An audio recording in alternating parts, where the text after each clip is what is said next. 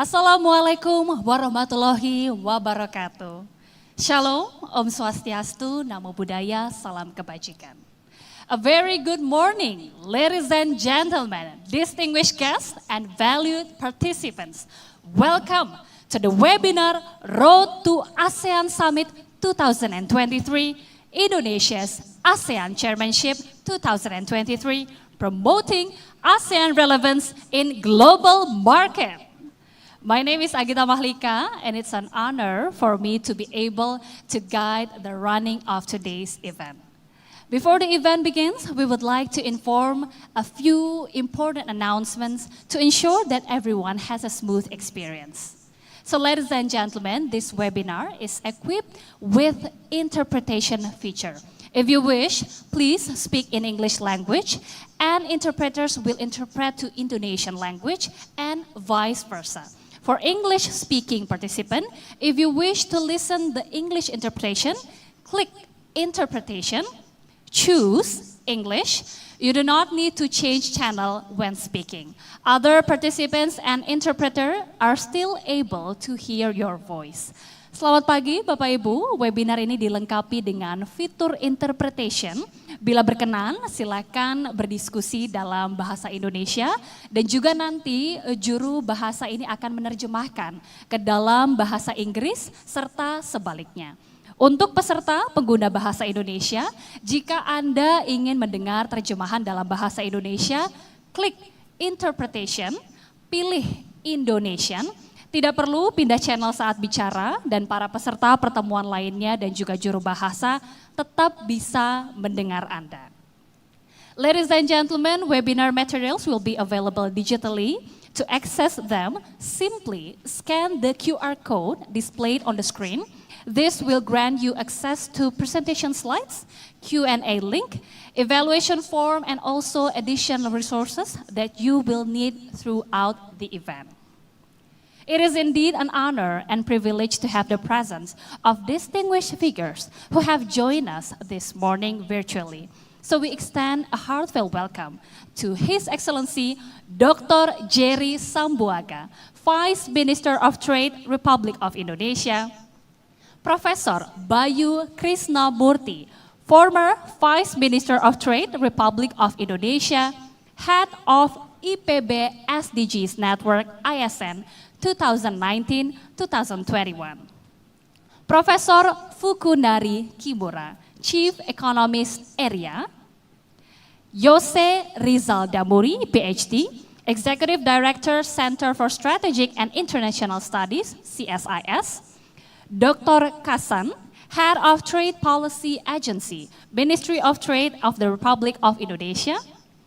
Dr. Lili Yan-ing, Lead Advisor, Southeast Asia Region, ERIA.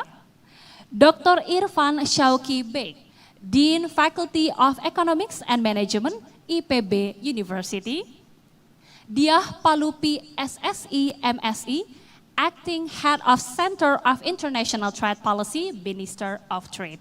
And of course, and our partners and stakeholders, and of course, highly respected ladies and gentlemen. Indonesia and ASEAN as a region has gone through various kinds of economic shocks that have different backgrounds. The different characteristics of the crisis certainly require different policy responses. Therefore, webinar Road to ASEAN Summit 2023 is expected to generate a set of policy recommendations to the government of the Republic of Indonesia in shaping better economic deliverables in the Indonesia's ASEAN Chairmanship 2023. And also, what are the initiatives and concrete actions can be taken by ASEAN member state, AMS, and Indonesia to increase collaboration to promote inclusive economic growth in ASEAN. So ladies and gentlemen, to start the event, first and foremost, with utmost respect, we will listen to the remarks from the Vice Minister of Trade, Republic of Indonesia, Mr. Jerry Sambuaga. Mr. Jerry, time is yours.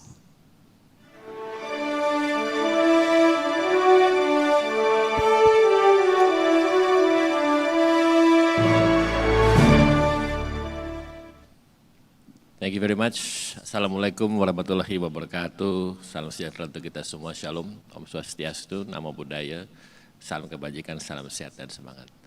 Yang saya hormati Dr. Kasan, the Head of Trade Policy Agency from Ministry of Trade of the Republic of Indonesia, Dr. Yose Rizal Damuri, Executive Director Center for Strategic and International Studies, CSIS, Professor Fukunari Kimura, Chief Economist from ERIA, Dr. Lili Lead Advisor, Southeast Asia Region from ERIA, Pak Dekan, Dr. Irfan Syauqi Beik, Dekan Fakultas Ekonomi and Management from IPB, and former Vice Minister, Wamen Senior, Pak Professor Bayu Krisnamurthi.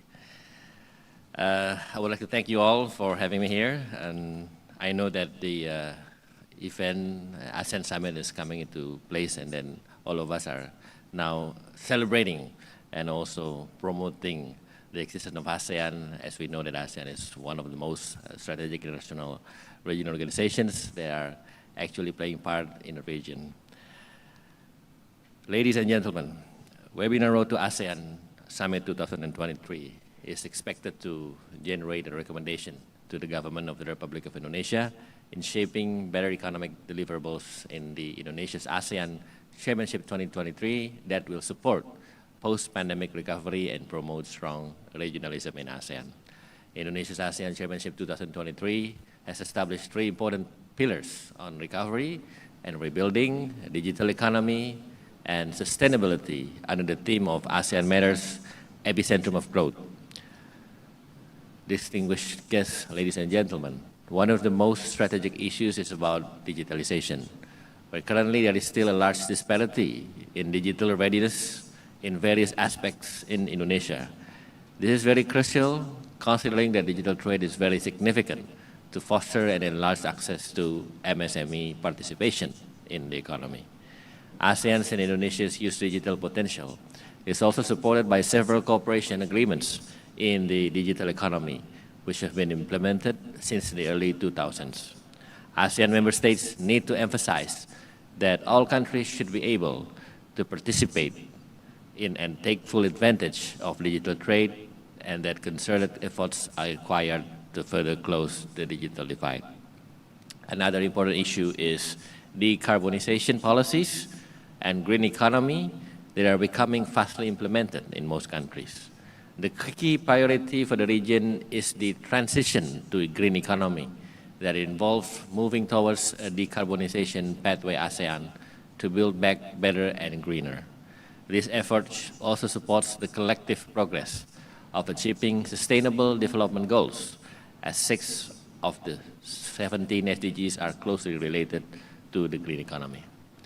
Through this forum, we expect participation and insights from the panelists and also all participants to map challenges, obstacles, and solutions in increasing Indonesia's participation in the digital economy and the progress of green transition in ASEAN member states.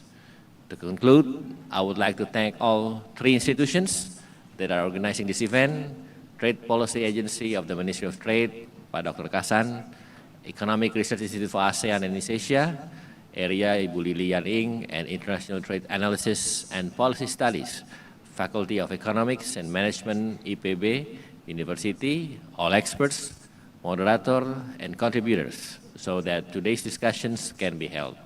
It's been an honor to be among such accomplished individuals. Thank you and have a good day. Wassalamualaikum warahmatullahi wabarakatuh.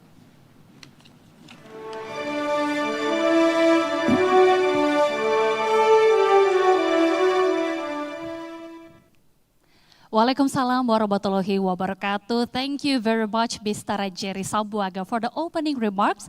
Ladies and gentlemen, before we continue, we would like to take a picture together. So, Excellencies, please come to the stage. Let us take a photo to capture this momentous occasion.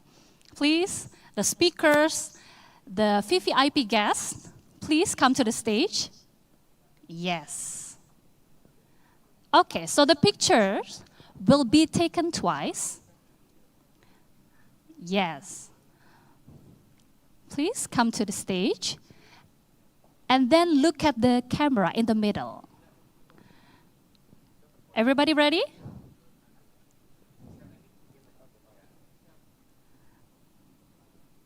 Okay. The first picture, everybody ready? Put on your best smile. First picture, 1, 2, 3.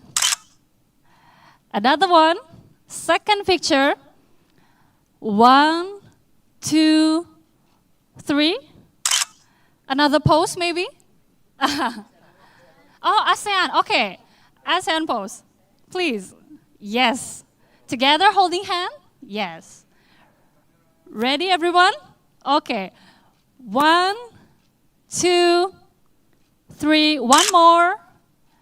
1, 2, 3. Wonderful. Thank you very much, ladies and gentlemen. You may return to your seat. Thank you.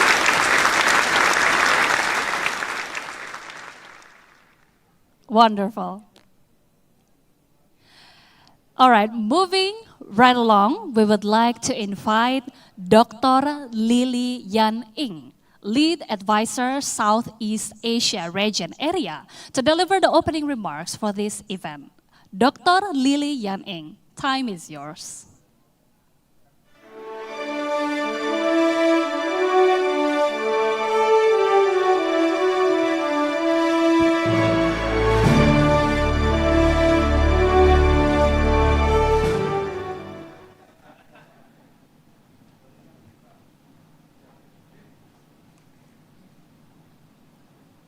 Vice Minister of Trade of Indonesia, distinguished speakers, chair, representatives from governments, businesses, academe, NGOs, distinguished guests, ladies and gentlemen, a very good morning to all of us. Before we start our discussions today, let me share with you my 3 observations on how ASEAN can be an epicentrum of growth. First, on recovery and rebuilding.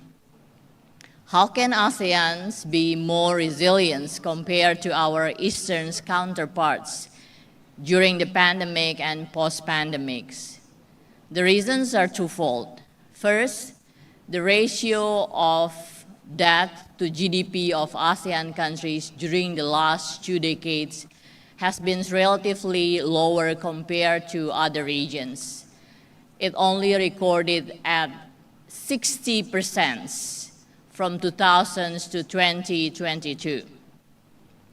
The second, macroeconomic indicators that makes ASEAN more resilient compared to other countries is that the ratio of fiscal deficits to GDP.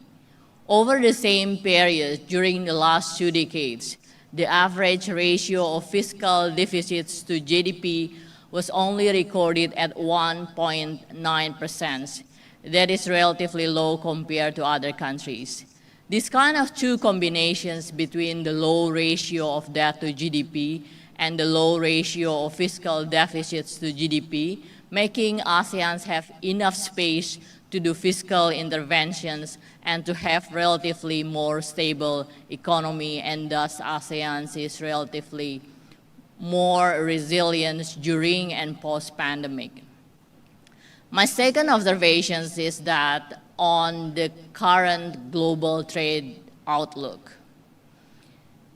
First, I don't mean to pretend that I know the US economy, because I don't know.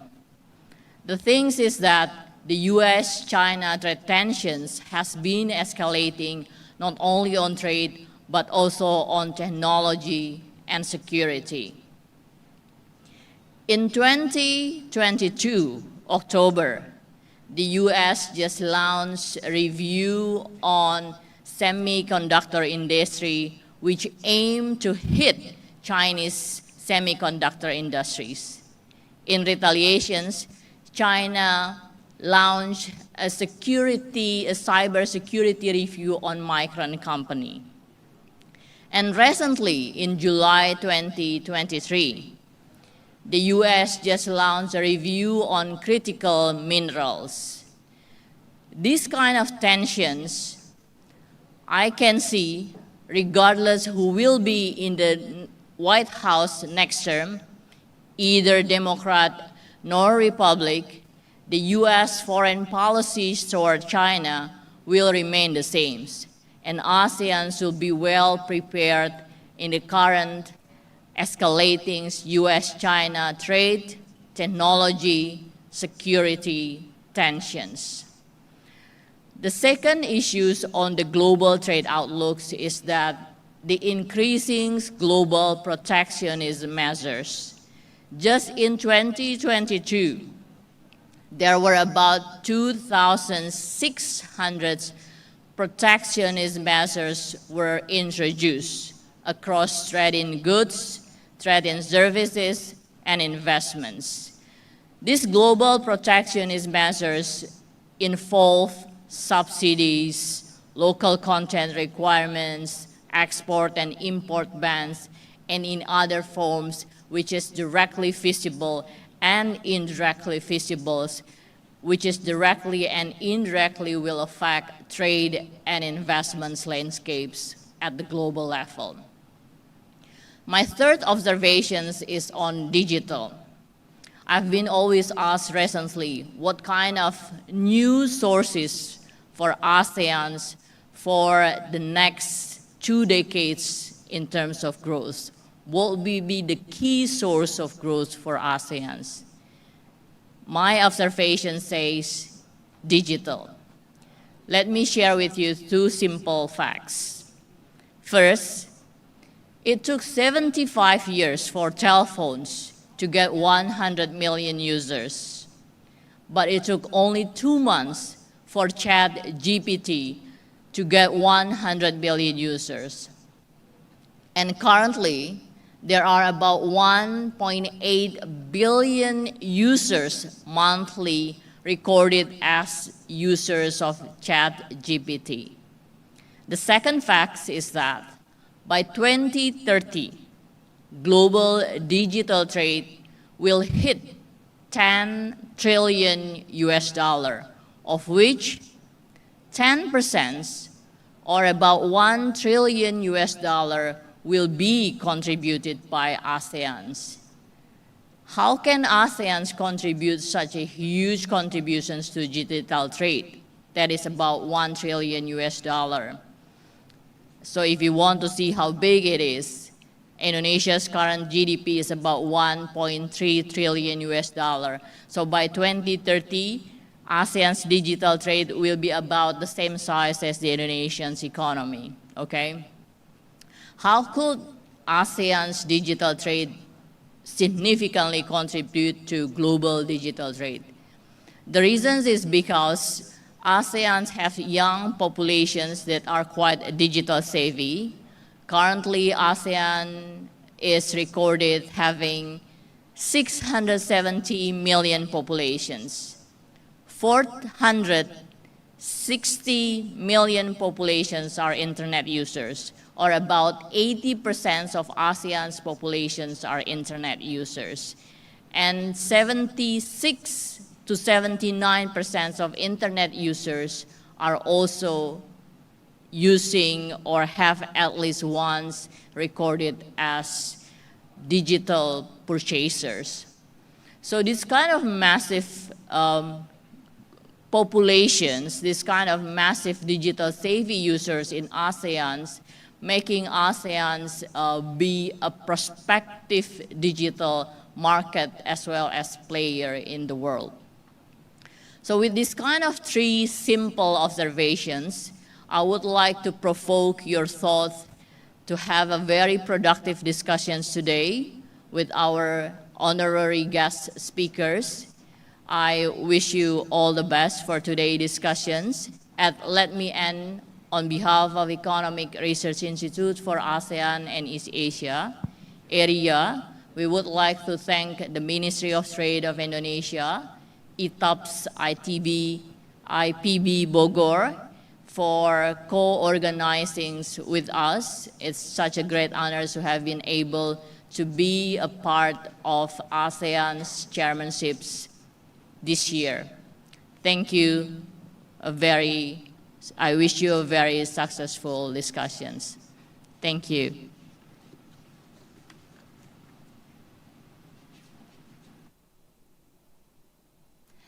Thank you very much, Dr. Lili Yan-ing, for your inspiring remarks.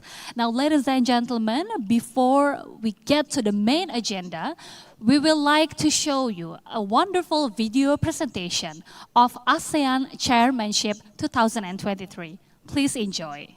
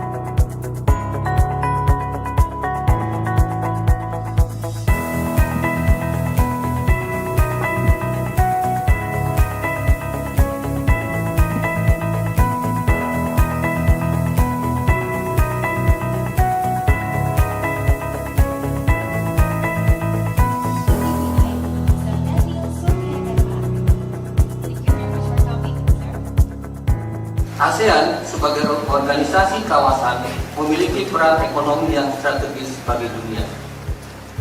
Dengan peran yang strategis, arti keketuaan Indonesia di ASEAN tahun 2023 tentu menjadi sangat penting. Keketuaan Indonesia berlangsung sejak 1 Januari hingga 31 Desember 2023 dengan mengangkat tema ASEAN Matters Epicentrum of Growth.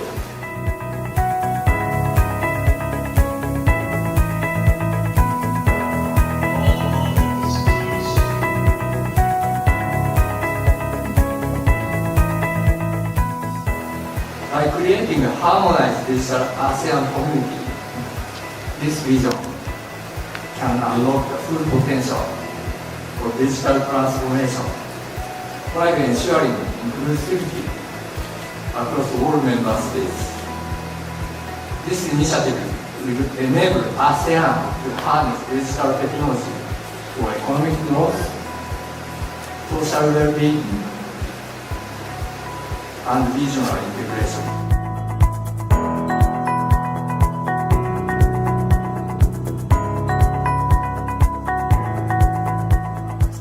With the current AI neural systems, AI is more knowledgeable than any human on Earth. AI neural systems works 125,000 times faster than human brain. We are reminded by AI godfathers and founders that if AI falls into irresponsible hands, it will pose significant challenges to human extinctions.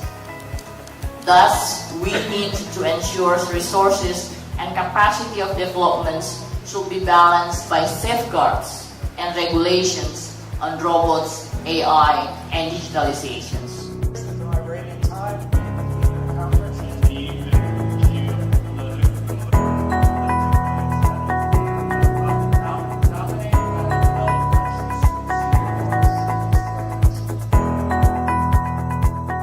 The way in which military technology has advanced in recent years has become a new subject worthy of consideration by countries around the world. Conventional warfare is fading fast as hybrid strategies emerge utilizing automation and cyber programs. Robotics, artificial intelligence, and cyber warfare are at the forefront of innovation.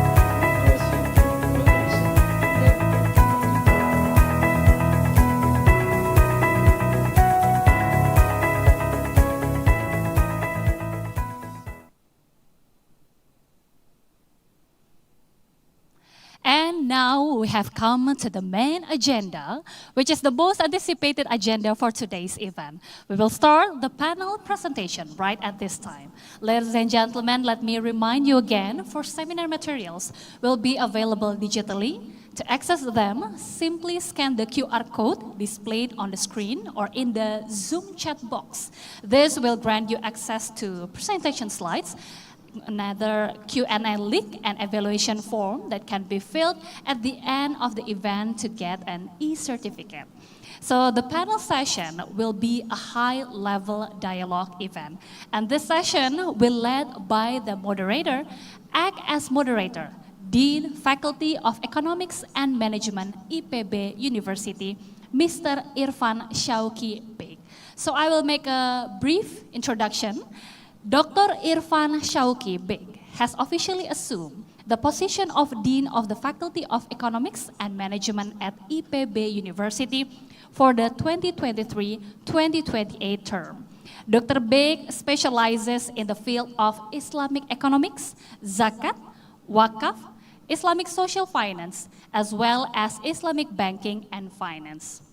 As the former Director of Zakat Distribution and Utilization at the National Zakat Agency of Indonesia, Badan Zakat Nasional RI, he has not only authored several books, but has also contributed to various national and international journals on topics such as Islamic economics, zakat, wakaf, and Islamic banking. In addition to his role as Dean, he is actively involved as the chairman of the Expert Council of the PUI Pusat Islamic Association, a commissioner of the Indonesian Wakaf Board, Badan Wakaf Indonesia, and a member of the National Sharia Board of the Indonesian Ulama Council, MUI. And now, let us start the panel presentation. So I leave it to you, Mr. Irfan Syauqi Beik.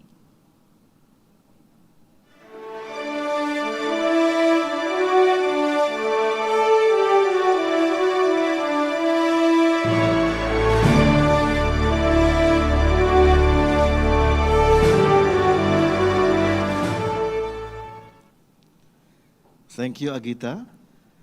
Bismillahirrahmanirrahim. Assalamualaikum warahmatullahi wabarakatuh, and a very good morning. Distinguished guests and speakers, ladies and gentlemen, His Excellency Dr. Jerry Sambuaga, Vice Minister of Trade of the Republic of Indonesia, the Honorable Professor Bayu Krisnamurthi, former Vice Minister of Trade of the Republic of Indonesia and also head of IPB SDGs Network, the Honorable Professor Fukunari Kimura, Chief Economist of ERIA, the Honorable Dr. Yose Rizal Damuri, the Executive Director of the Center for Strategic and International Studies, CSIS, the Honorable Dr. Kasan, Head of Trade Policy Agency of the Ministry of Trade of the Republic of Indonesia, Dr. Lili Lead Advisor, Southeast Asia Region of ERIA, and Mrs. Diah Palupi, Acting Head of Center of International Trade Policy, Ministry of Trade. So welcome to this webinar, The Road to ASEAN Summit 2023. And this webinar raised an important topic of Indonesia's position as ASEAN Chairmanship 2023 in promoting ASEAN relevance in global market.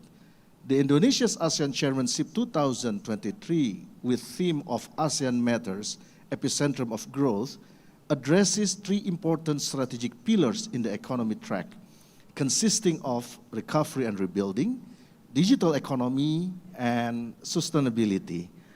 Some of the key priority areas in the recovery and rebuilding pillar raise issues on rebuilding regional growth, connectivity, and new competitiveness, which cover priorities economic deliverables, including to achieve resilient, robust, and stable economic growth. Secondly, in the digital economy pillar, issues on accelerating inclusive digital economy transformation and participation are highly important for economic development in ASEAN. Lastly, the third pillar addresses sustainable economic growth for a resilient future. This webinar is expected to generate a set of policy recommendations to the government of the Republic of Indonesia in shaping better economic deliverables in the Indonesia's ASEAN Chairmanships 2023. Effective policies and joint efforts in terms of regional collaboration are crucial to support robust, resilient, and inclusive economic growth, promote strong regionalism in ASEAN, and achieve the SDGs.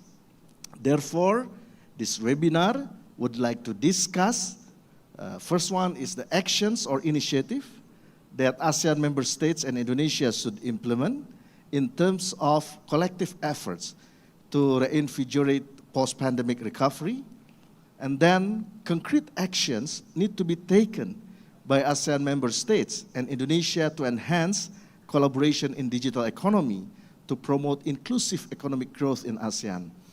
Strategic approach to achieve SDGs, including to explore Indonesia's position and trade policy strategies aimed at advancing SDGs, both within the country and across the ASEAN region.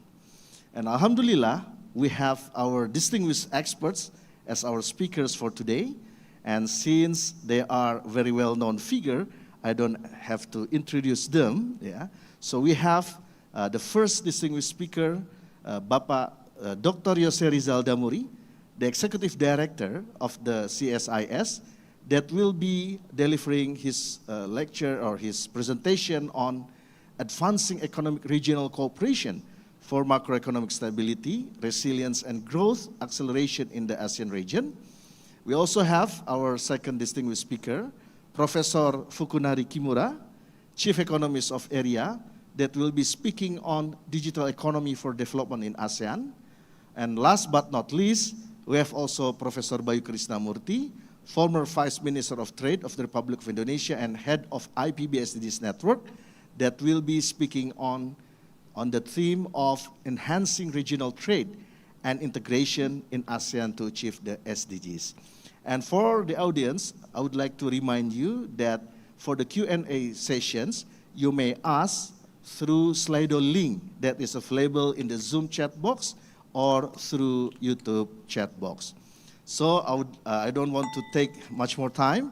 So without further ado, I would like to invite our first distinguished speaker, Dr. Yose Rizal Damuri, to deliver his remark.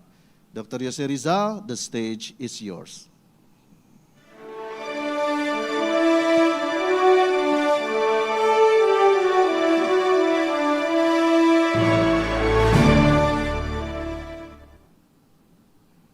Thank you very much, Pak Irfan, for a very comprehensive introductions and setting the stage of the discussions today, this morning. A very good morning to all of you who join online. My name is Yose Rizal Damuri. I'm from CSIS Jakarta, a research institute based in Jakarta, which also focusing or paying more attention on the regional issues in this region. Thank you very much also for the organizer for giving me a chance to share my knowledge, to share my understanding, and perhaps also provide insights on the issues that this webinar try to deliver, promoting ASEAN relevance in global market. In that context, actually, the organizer requests me to talk about how to advance regional cooperations, regional economic cooperations for economic growth, macroeconomic stability, and also resilience. So let me start by looking at the current state of growth, stability, and resilience. How those three aspects actually also have been achieved, and what kind of situations that we are facing in these regions on those three aspects. Before I'm going to look at how to advance of those kind of macroeconomic aspects with the by-regional cooperation, by stronger regional cooperations. So let me start by looking at the growth aspect. The growth actually has taken place in these regions. Although perhaps I have to remind you that the growth seems to be slower and tend to be a little bit fragile. ASEAN 6, for example, so which comprise of Indonesia, Thailand, Singapore, Malaysia, Philippines, and Vietnam, achieved 5.81% growth last year. But it turns out many that have predictions that these regions would only grow lower than that figures, even lower than 5% in the next few years.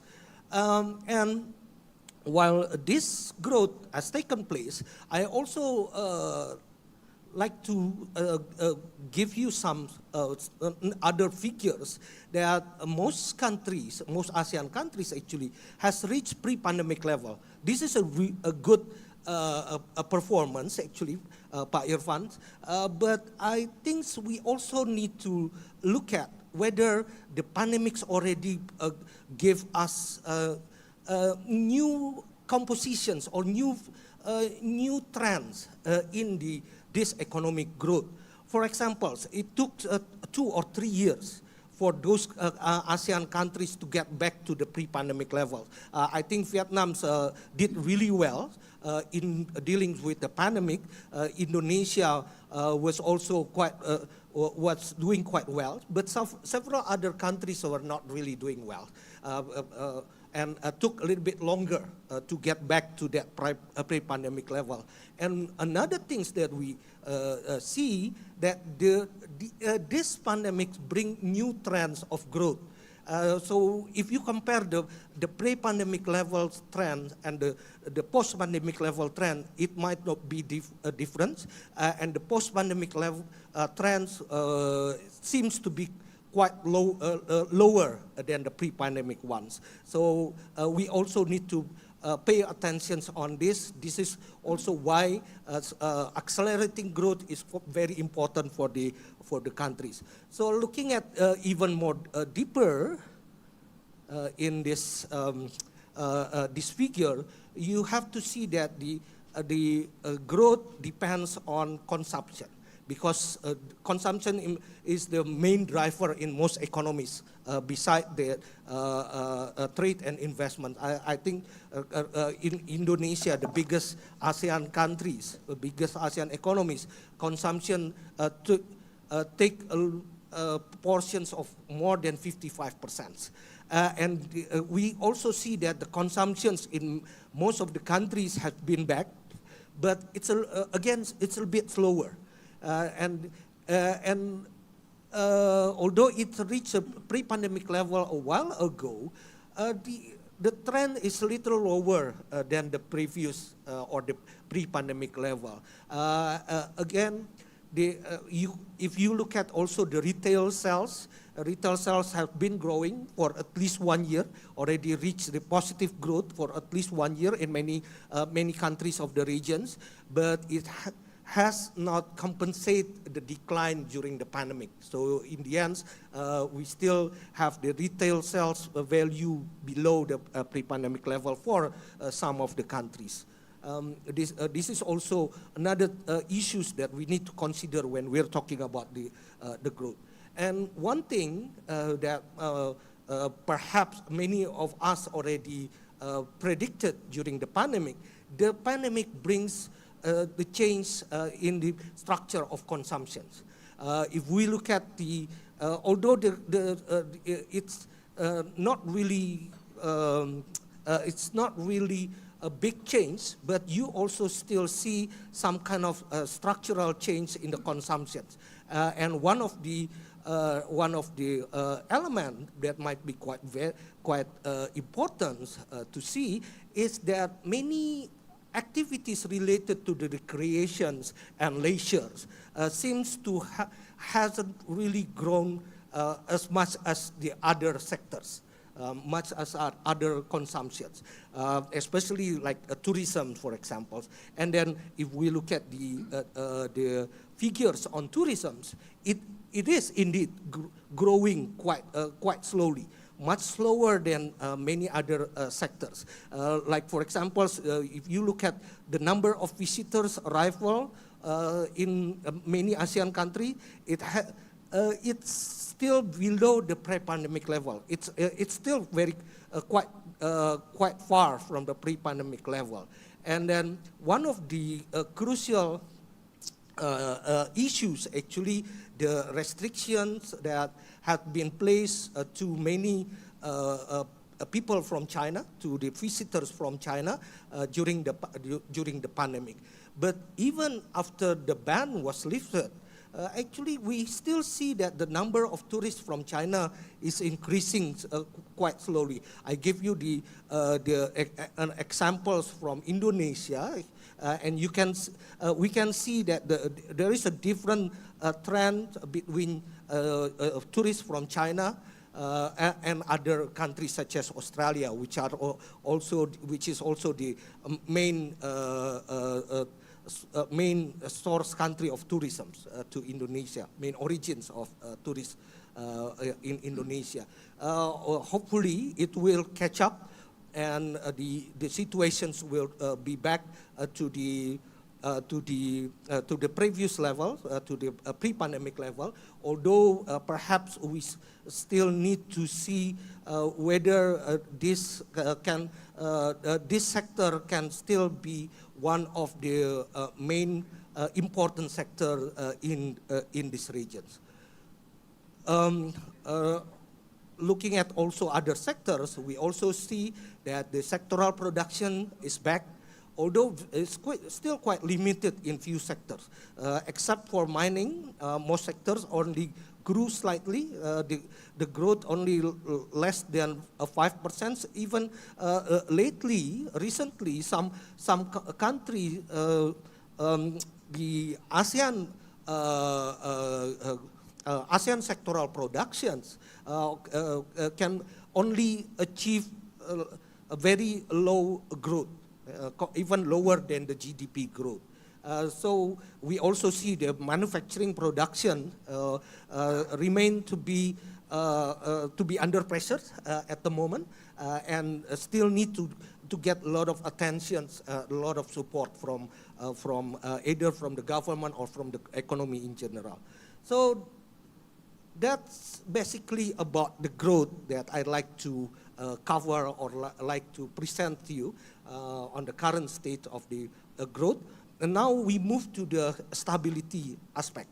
How these situations or what kind of risk that can, where the risk can come from that might interrupt or disrupt the economic growth and economic performance. And one thing that is quite important if you look at from the stability side is the inflation. Inflation is slowing for sure during the last few months, of this year, but it remains to be quite fragile. There are some issues, that some notes on the inflation side. Like for example, some preliminary figure for August inflation seems to show some kind of increase in the inflation rate.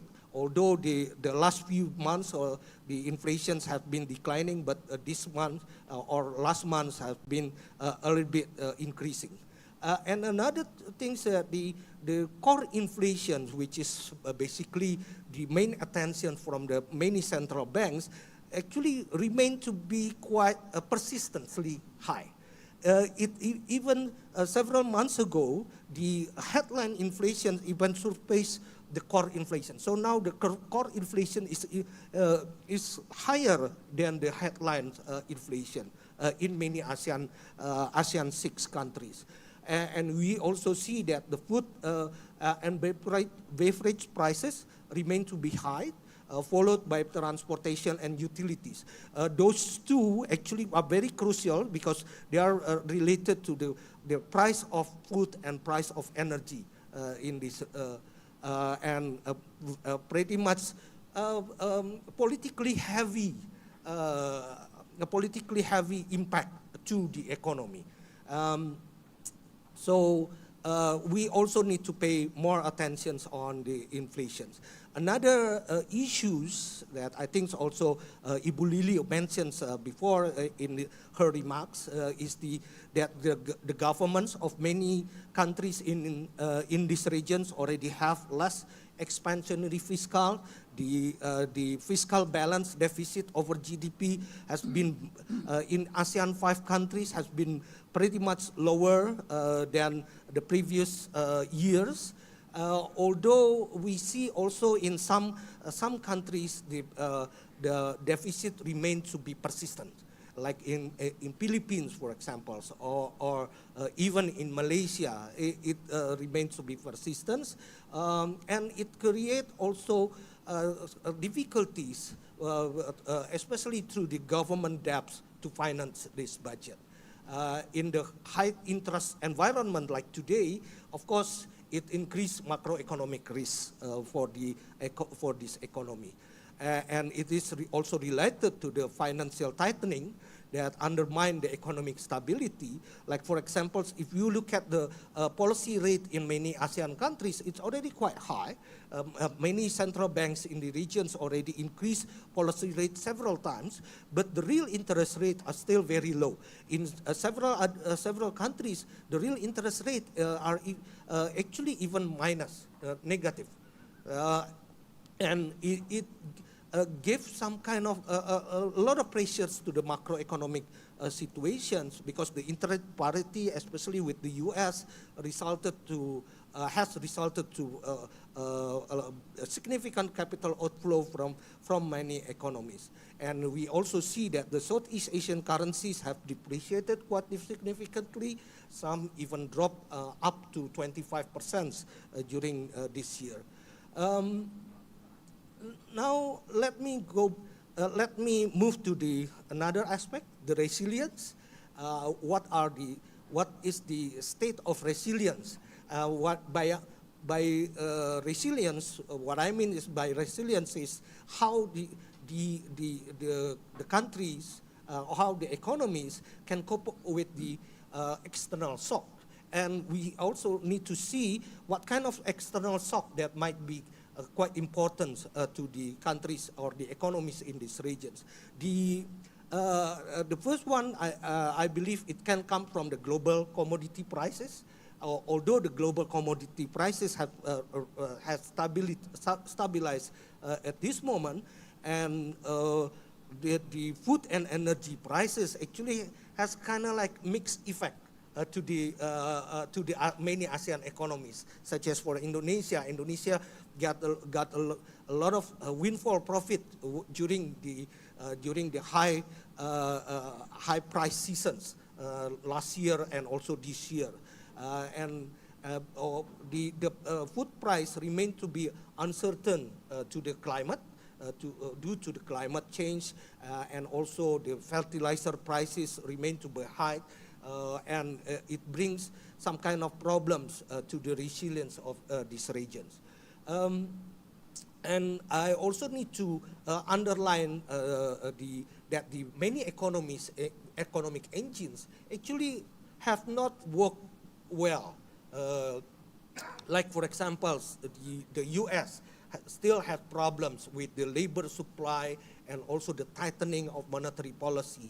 On the other hand, even in this region, the greater regions of East Asia, we also see that China is also facing big problems. Although China has been reopening their border for quite a while, and it was expected to boost the world economy, but the sluggish consumer spending, along with weakening export and unstable property market, make the prospect less attractive.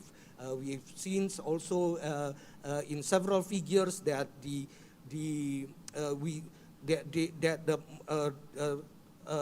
Chinese citizens, Chinese residents tend to hold back their consumptions. That might also affect the role of China as an important economic engine, world engine, also regional economic engines.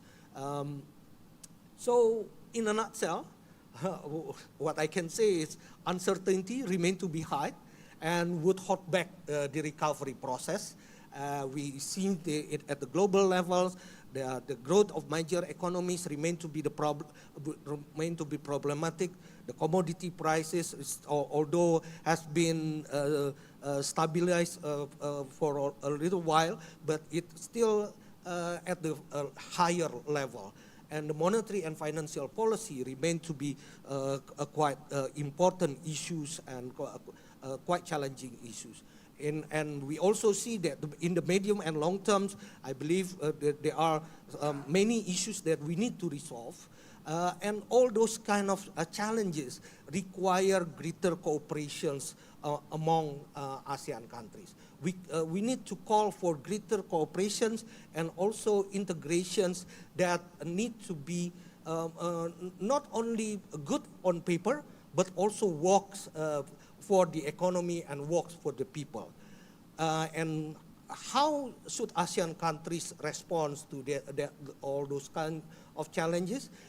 In my opinion, we have to look at it from three different levels. First, we need to look at that at the national and domestic level. The domestic reforms and national reforms need to be continued. The second, we also need to look at the regional level and make the integrations and cooperations in these regions deliver their promises, their commitment. And also we have to remember that we need to support the multilateral initiative. We cannot just escape from the multilateral initiative. And how to do that? I think ASEAN countries should accelerate economic reforms. Of course, during the pandemic, many ASEAN countries forgot a little while about the economic reforms, but I believe some ASEAN countries have brought back the reform spirit into their main agenda. Indonesia, for example, released a job creation law that finally started to implement earlier this year. Philippines also amended the new foreign investment law and has a plan to reduce the corporate income taxes. But the reforms often have also faced very serious challenge, especially from the political pressures. And this year and next year are political years for many countries in Asia. And the economies in these regions, the countries in these regions need to put everything under appropriate considerations so that the political process would not intervene too much on the economic reforms that it would bring. Because the successful reform, the successful reform is really needed to raise the regional resilience. At the regional level, again, I have to say again that ASEAN should make the integrations deliver its promise. And we also see a pretty much complex regional initiative that currently at work. And the integration initiative that currently at work need to be directed more toward greater cooperations. Yeah. But of course, we also know that the current geopolitical issues are likely to be quite divisive for ASEAN, especially the major rivalry. You also see some initiative in these regions actually come from not from the ASEAN or under ASEAN, but rather come from major powers in the initiative. one thing that I have to underline here, I think ASEAN needs to be more enthusiastic toward the implementations and also expansion of RCEP, especially expansions of the area of cooperations under RCEP, because this RCEP provide platforms and also mechanisms that can deliver concrete outcomes and making the integrations more inclusive. Because if we know that greater regional cooperation is good, but it's very difficult to do, very difficult to implement, because you have to align the national and common interests. And sometimes the alignment is not there. It's very difficult to do. We also have lack of trust between countries in this region, and it's also make the cooperations more difficult. We also have the geopolitical major power rivalries that is currently even tend to be divisive to these regions. And the other things that sometimes we forgot by having, while we're having regional cooperations, we don't really have the sufficient mechanisms in implementing those regional cooperation. So all of these things need to be considered, reconsidered, and also need to be strengthened in order to provide the regional cooperation, regional integrations that delivers. I'm going to take one example here on how difficult it is for ASEAN countries to come up with something concrete in the cooperation. The example might come from one of the ASEAN aspirations in developing supply chain of green industries. If we look at the critical minerals in ASEAN, they are complementary to each other, actually. So this region has the opportunity to set up this supply chain of green industries. But unfortunately, many ASEAN countries prefer to do it individually. Those countries even tend to block the access to those critical minerals from each other. That is not productive at all. We also see that the digital economy can also provide some kind of opportunity as well. And some agenda from Indonesia might help, but depends, of course, with other countries' acceptance on that issue. So one last issues that I like to raise here is that ASEAN countries also need to be very active in renewing the multilateral order. We know that the current multilateral order is in vacuum positions at the moment, especially under the WTO, but there are many initiatives actually are underway in order to revive these multilateral systems and then to make it even better than the previous conditions. And ASEAN countries can play a very important role. ASEAN, for example, can use various other international platforms together with other countries in the region, such as G20, for example, in order to push and promote this kind of reform at the multilateral order.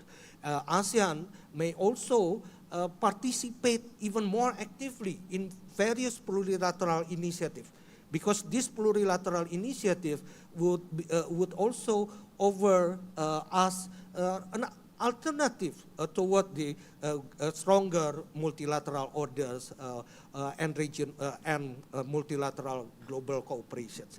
With that, I end my presentations. Pak Irfan, sorry for taking a bit long to deliver the message. Thank you very much. Yeah, thank you very much. Let us give warm applause, virtual applause to our first distinguished panelists. And now it was very enlightening presentation indeed. So thank you very much for sharing with us this valuable information as well.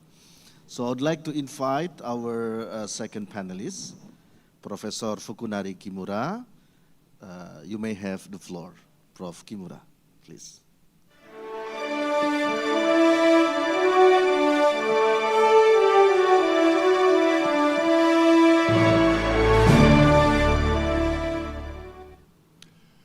Thank you for your kind introduction, Mr. Chairman.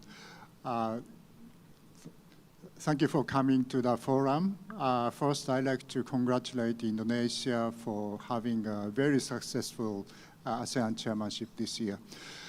My topic today is the digital economy for development in ASEAN. One focal point this year particularly is that how ASEAN can initiate formal negotiation of a digital economy framework agreement, DEFA. I think that can be as a very comprehensive agreement for enhancing cooperation and collaboration across ASEAN member states on digital economy. Already there are many agreements and memorandums related to digital at the ASEAN level, actually many. But many are just a sort of a talk show in a sense. It's not really binding commitments and others, but the DEFA is supposed to include those kind of really hard type commitment for the collaboration across ASEAN member states. But if we jump into sort of policy issues, and actually some things are relatively easy and small, some are very big. So many things are really a sort of mixture in the policy talks. So what I'd like to talk about today is a little bit drawing our camera a little bit behind, pull back and see a sort of whole picture of digital economy. What would be the implication of the digital technology, particularly in the context of development? What is the difference between digital technology and other types of traditional technology? And then actually things are pretty complicated in the digital economy. So how we can find the bottlenecks of the utilization of digital technology in our society and the economy. So in order to do that, I would give you some five points, 5 issues that we have to check. Actually, I'm an economist and trying to set up policies by having some solid empirical studies and others, but in terms of digital economy, that kind of economic research is very thin. So we have to do much more studies in order to make a sort of good policy making. But I like to try to raise up some sort of a checklist and how we can find bottlenecks. And at the end, I will talk about the role of ASEAN, not really individual countries in ASEAN, what ASEAN can do, what would be the expectation. So starting from the property of digital technology, what I'd like to talk about is disruptive innovation and catching up. So here I define innovation as the deployment of technologies, drawing from the pool of technologies. And then we have 2 kinds of innovation in that sense. One is incremental innovation, that's a traditional one. And then we have disruptive innovation, particularly led by digital technology. Then focal point of innovation policy is particularly in the newly developed economies and developing countries, actually shifting from really basic R&D that is used to be a very, very important, emphasized, but to deployment of technology. So because the deployment is relatively easy with digital technology in many cases, so we would see some creative imitation with localization that could be possible in many aspects, and also that would give us opportunities for catching up and leapfrogging. So I'm talking about a really big story, so this is too brief. So I just show you some pictures then what I'm talking about. The innovation is like this in this definition. So we have R&D and other that creates technologies. Then we have a pool of technologies, a stock of technologies. Many things are codified knowledge, ideas. Those are really a sort of stock. But not all technologies are actually used. Some of the technologies are picked up and then applied to the real world. That is here called innovation. So innovation is an increment of utilization of technology, or we would say the deployment here. So in traditional technologies led by, say, manufacturing sector, particularly in the last century, we are having a really big R&D in developed countries. And then we have pool of technologies over there. But innovation is sometimes very difficult. So we have to have a very good capabilities of innovation. Otherwise, innovation cannot be done. So actually, the R&D was used to be dominated by developed countries, and also the innovation was also dominated by developed countries. So developing countries cannot really do that kind of things with traditional technology.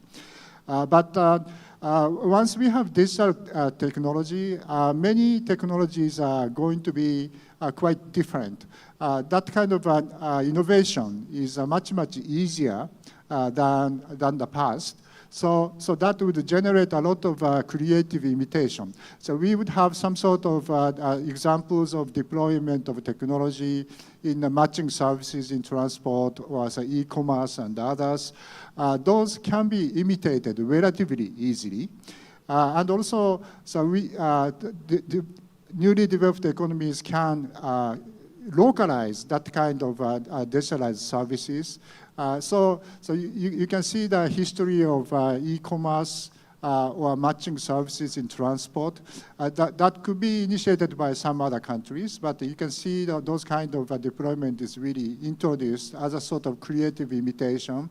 For example, in Indonesia, then actually localized. So for example, the Gojek is really creating a sort of new localized application of technology. So I think that there's a lot of chances now for the newly developed economies to do sort of innovation, but that is a sort of relatively easy to imitate.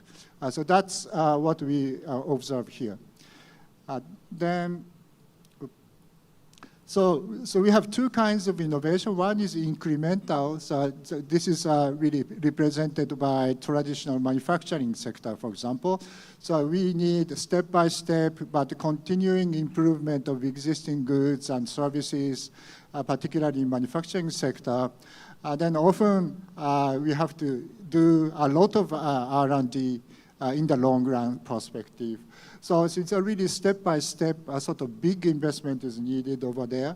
But that could give us some sort of success with high probability. So a sort of low risk and low return type innovation. But we are really shifting to disruptive innovation called.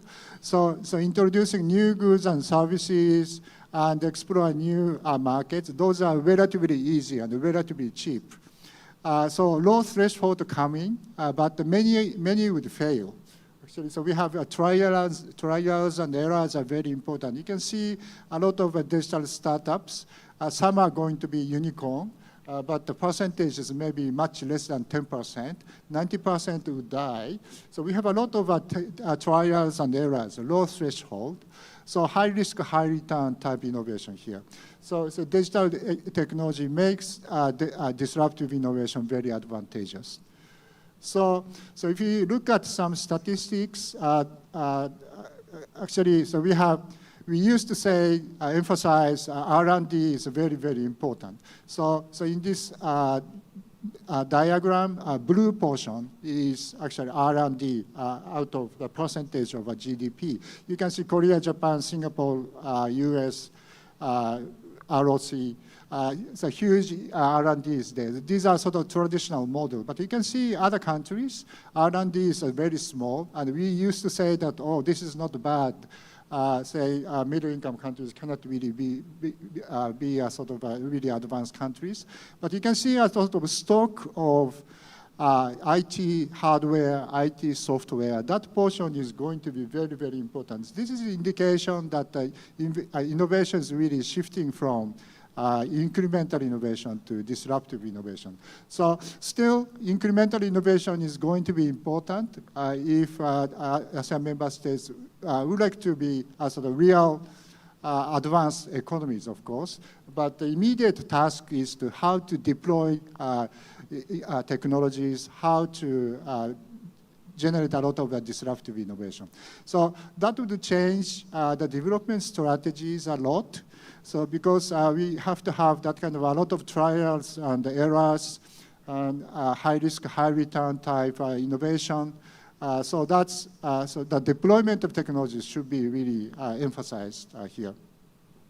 So based on that, how we can find bottlenecks, I'm raising a sort of many aspects of our economies and societies and how to capture what is a bottlenecks.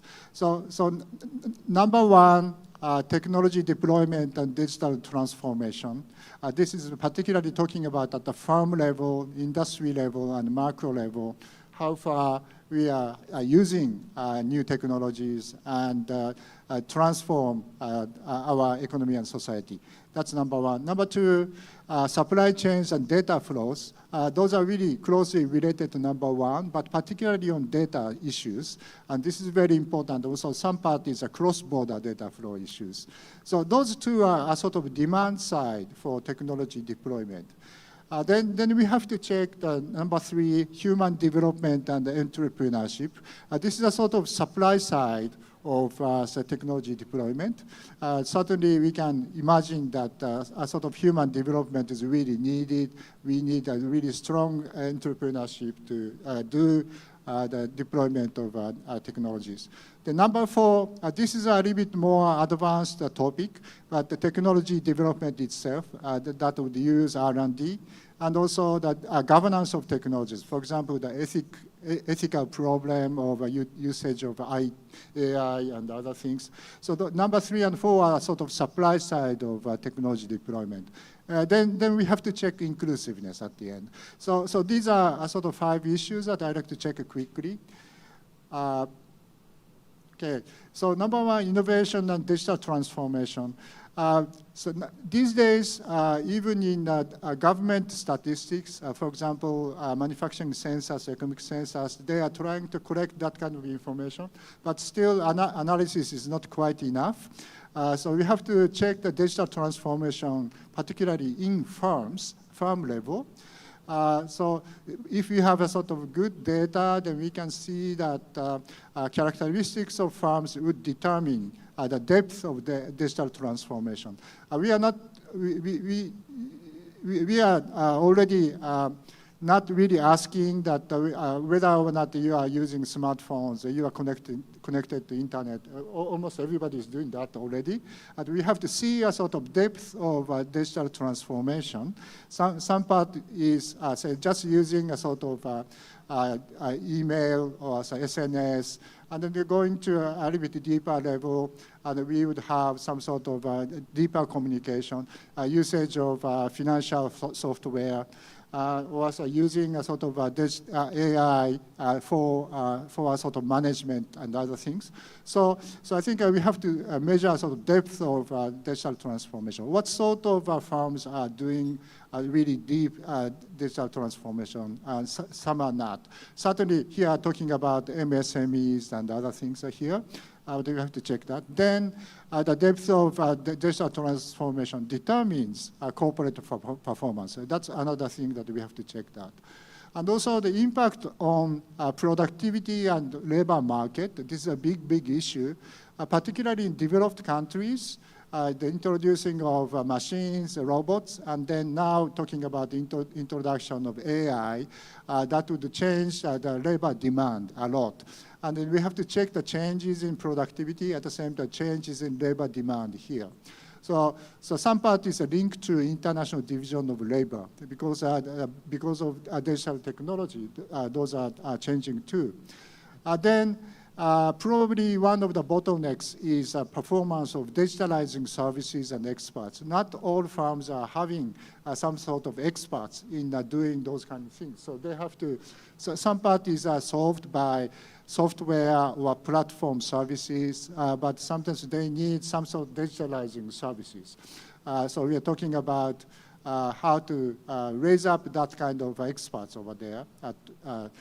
Then economic geography with digital technology. So under COVID-19, many are shifting to work at home, and now we are coming back to office to some extent, but the digital technology changes the location of a workplace and also the living place. So this is another big issue that we have to check. Then smart city and transport, certainly. So those are what we have to check for innovation and digital transformation, and particularly for policy issues, competition policy and taxation, particularly for platform giants and others, we have to have some sort of international coordination too, and also social protection for example, gig economy workers and others. So the employment form is changing and how we can think of social protection. Those are very important issues. And then supply chains and data flows.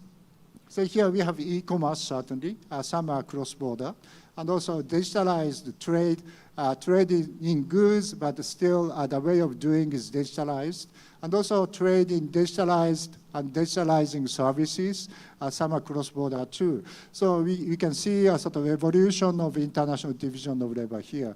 And also e-education, e-medical, those are particularly for data issues in many cases. And also e-government and digital ID, that's a big issue. And also e-payments, fintech. So here, data governance rules, particularly taking care of privacy and the private data protection, and also data free flow with trust, those are coming in, and then cybersecurity. So those are, we have to check that. So some pictures. So we are having a sort of digital connectivity now, in addition to physical connectivity. In physical connectivity, we talked about some transport infrastructure, say roads and ports, airports, and other things. Those carries goods and people, and distance matters. But in case of digital connectivity, what is carried there is data, information, digitalized services. So distance doesn't matter, actually. So we have to utilize that kind of property so effectively. Then the way of doing international division of labor, that is also modified with digital technology. We have some sort of traditional industry by industry division of labor called the first unbundling, the task by task for second unbundling, like machinery industry. Then we have third unbundling. Even at the individual level, we are having international provision of services. So those are really changing with digital technology. Then robots. So in case of developed countries, they are really talking about the substitutability of robots with people that would lose sort of employment opportunities for some sort of labor. That's a sort of big issue over there.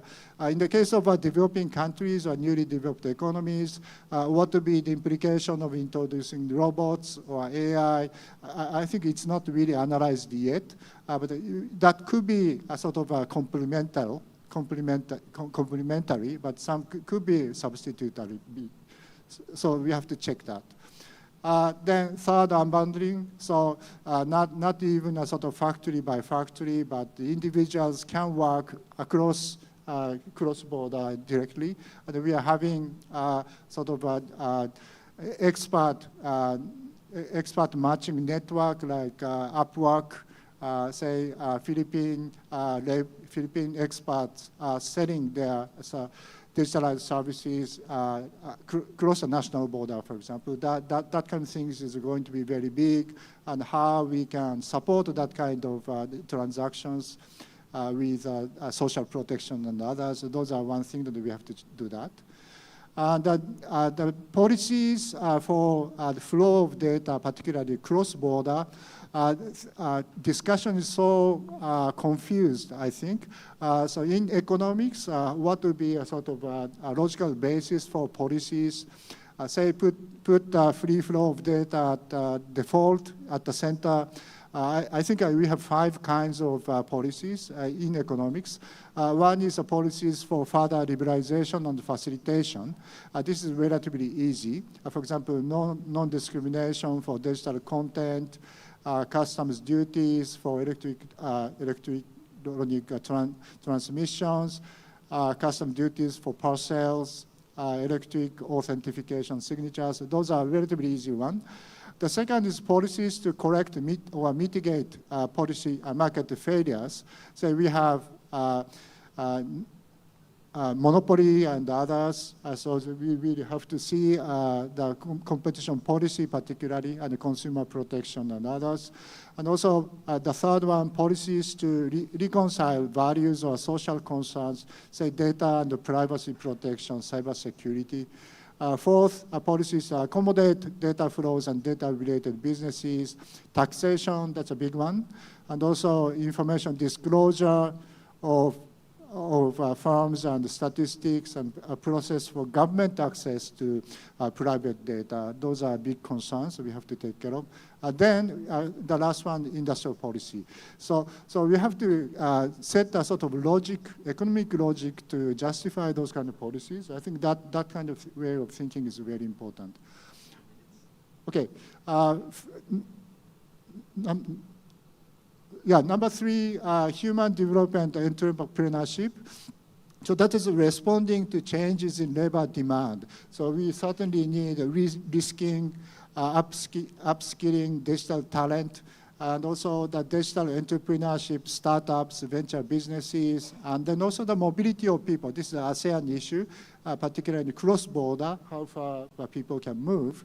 So a bunch of policy issues: education, incubators, accelerators, matching, and also finance and legal clearance to allow quick trials and errors, and also labor conditions, social protection, foreign exposure. The fourth one, technology development and governance of technologies. So necessity of R&D beyond easy deployment in the long run. That is going to be eventually very important, but in the long run issue. And also governance of technologies, like ethical issues on AI, and also industrial policy, for example, semiconductors and others. The last one, 5, inclusiveness. In ASEAN is interested in keeping inclusiveness. That's very important.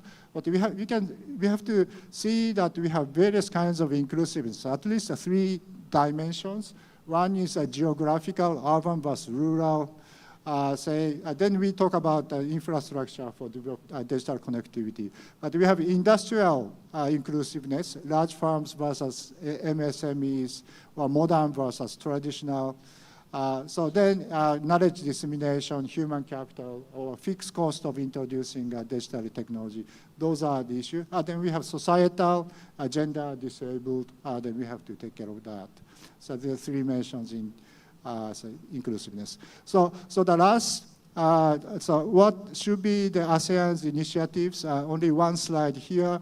Immediate task is to accelerate technology deployment and digital transformation for development. So in order to do that, one is to pave the road for cross-border, smooth and secure data flows.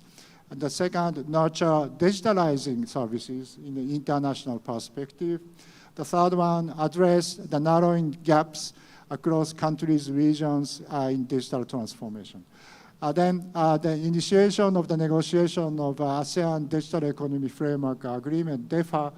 This is very important. So it will be a very significant engagement. And then how far binding commitments can be included is a key.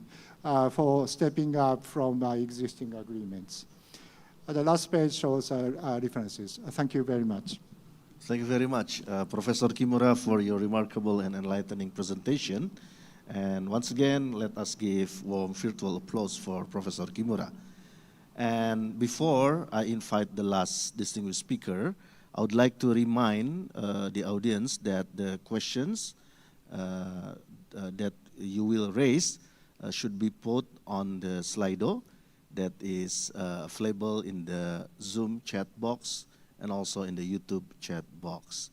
So without further ado, I would like to invite our third panelist, Professor Bayu Krisnamurthi, who has already joined us online. Professor Bayu, are you there? Yes. Okay, thank you very much. Professor Bayu, the stage is yours. Thank you.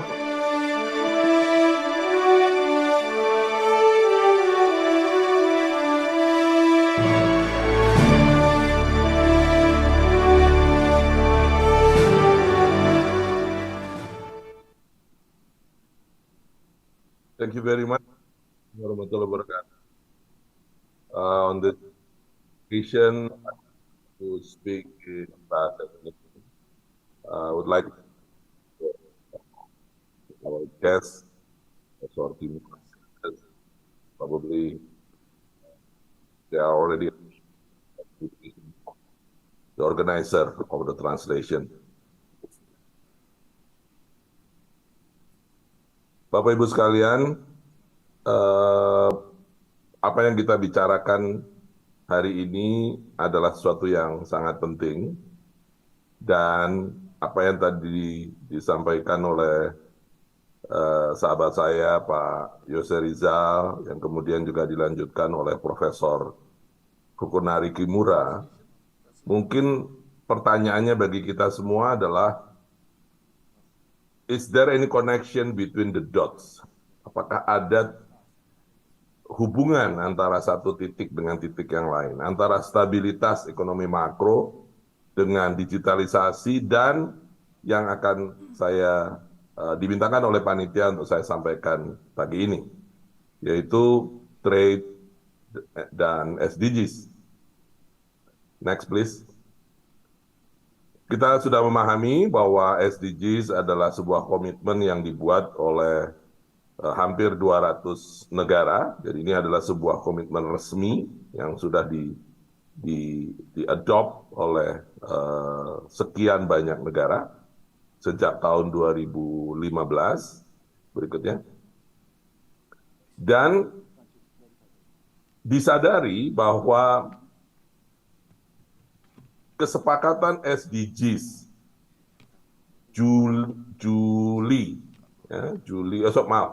September 2015 itu tidak akan tercapai apabila tidak ada atau tidak diawali dengan pertemuan di Addis Abeba yang mengatakan bahwa perdagangan dapat berkontribusi secara signifikan terhadap pencapaian dari SDGs.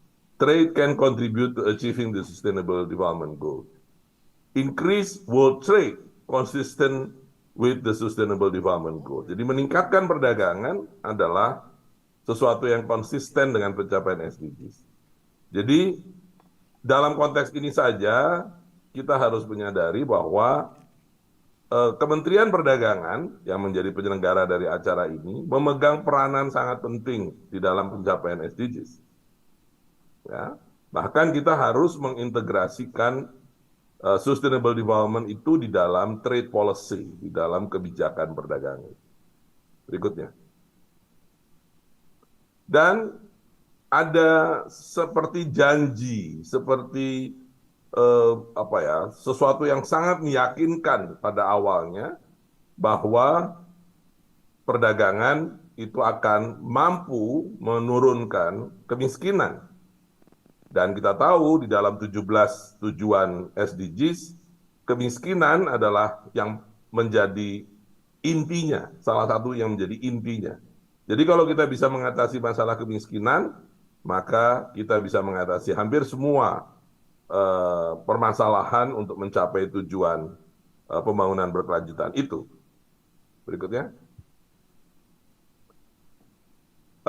Di dalam berbagai analisa sudah bisa ditunjukkan, misalnya apabila perdagangan itu ditingkatkan, maka akan ada dampaknya positif terhadap pengurangan kemiskinan, dan perdagangan juga akan memiliki dampak yang baik untuk peningkatan ketahanan pangan dan seterusnya, tentunya untuk termasuk untuk decent work and economic growth. Jadi perdagangan itu adalah sesuatu yang penting, sesuatu yang betul-betul akan menentukan pencapaian dari SDGs. Berikutnya. Datanya juga menunjukkan demikian. Paling tidak ini adalah data sebelum COVID, ya, jauh sebelum COVID sampai dengan tahun 2018, yang menunjukkan bahwa semakin besar perdagangan dari persen GDP, persen perdagangan di dalam GDP, maka extreme poverty rate-nya turun. Ini kasus yang terjadi di China. Berikutnya. India juga memiliki bentuk yang sama apabila trade meningkat dari perdagangan dalam GDP, apabila perdagangan naik di dalam GDP-nya, maka extreme poverty menurun. Data-datanya menunjukkan angka yang cukup meyakinkan. Berikutnya. Pada kasus Indonesia, hal tersebut juga memberikan gambaran yang serupa. Apabila perdagangan naik, yang itu ditunjukkan ekspor-impor Indonesia bertambah, berkembang, ini ditunjukkan oleh garis hijau, maka poverty rate Indonesia menurun. Dan ini berlangsung dalam periode yang cukup panjang dengan bukti-bukti statistik yang cukup meyakinkan. Next. Secara analisis lebih lanjut, apabila trade openness index-nya meningkat, maka poverty rate itu akan menurun, dan dengan tingkat kemiringan yang cukup kuat atau hubungan yang cukup kuat pada tahap awal, walaupun kemudian melandai. Itu artinya mungkin karena perdagangan Indonesia sudah semakin terbuka sehingga tambahan keterbukaannya menjadi lebih kecil, dan akibatnya dampak terhadap poverty rate-nya juga berkurang. Jadi efektivitas dari perdagangan terhadap pengurangan kemiskinan menurun. Tapi bukan karena perdagangan itu sendiri yang berkurang dampaknya, tapi karena memang di Indonesia sudah praktis, sudah sangat terbuka, kecuali untuk beberapa hal, maka trade openness index-nya pertambahannya tidak terlalu banyak. Next. Namun demikian, kita melihat terutama setelah COVID, ini menjadi sesuatu yang dipertanyakan. Paling tidak, apakah ini pengingkaran dari janji bahwa pengurangan kemiskinan itu bisa didorong oleh perdagangan global. Dan ini ditunjukkan bahwa setelah pandemik, yang seharusnya paling tidak setelah ancaman dari pandemi itu berkurang atau hilang, maka seharusnya dunia bisa kembali membuka kegiatan perdagangan, tetapi banyak yang justru menggunakan pandemic proteksionisme sebagai sebuah praktek baru, sebagai sebuah prinsip kebijakan baru. Jadi adanya global protectionist yang tumbuh berkembang di hampir seluruh dunia, dan dicatat paling tidak ada 60 negara yang mengadopsi 7.000 kebijakan proteksionis baru, ya. termasuk Indonesia sendiri juga melakukan hal-hal yang serupa. Dan di dalam tadi yang sudah disinggung oleh Profesor Fukunari Kimura, dalam dunia digital pun data localization measures itu meningkat, yang membuat data tidak bisa lagi free flow dan bisa bergerak secara bebas antar negara. Dan ini akan mempengaruhi efektivitas dari teknologi itu sendiri dalam mendorong pertumbuhan dan perkembangan ekonomi dunia. Berikutnya.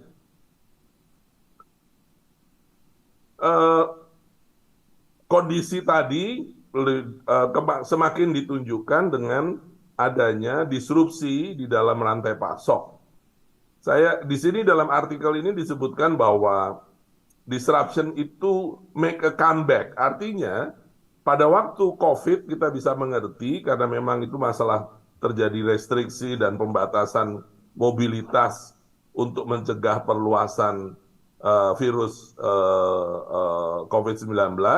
Tetapi setelah selesai pun, setelah katakanlah pandemi itu dianggap telah paling tidak telah bisa diatasi atau bisa dihadapi, ternyata supply chain disruptions itu masih juga terjadi, dan itu bukan hanya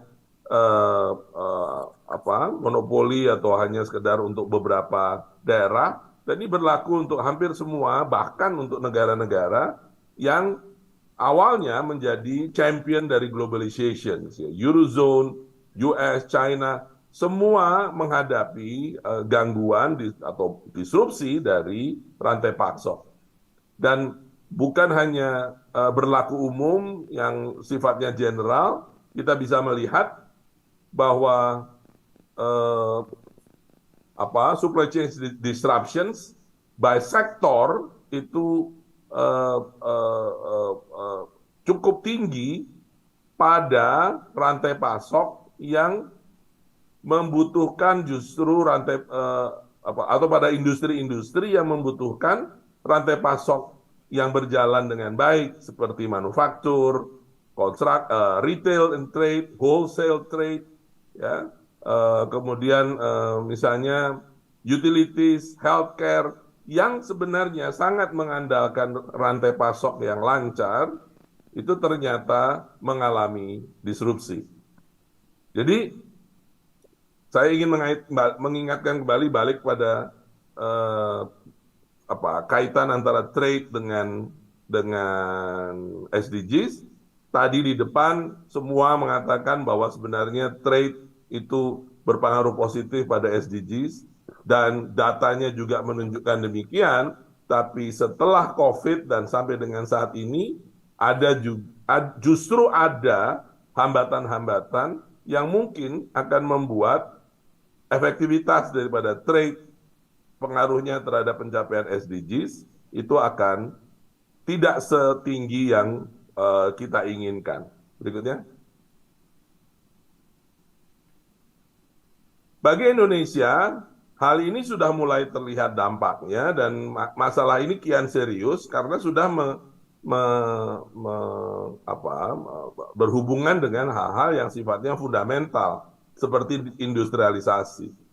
Di pasca COVID kita melihat sektor industri telah tumbuh, namun masih pada level yang tidak memadai, boleh disebut kurang atau tidak mencapai tingkat sebelum pra-COVID-nya.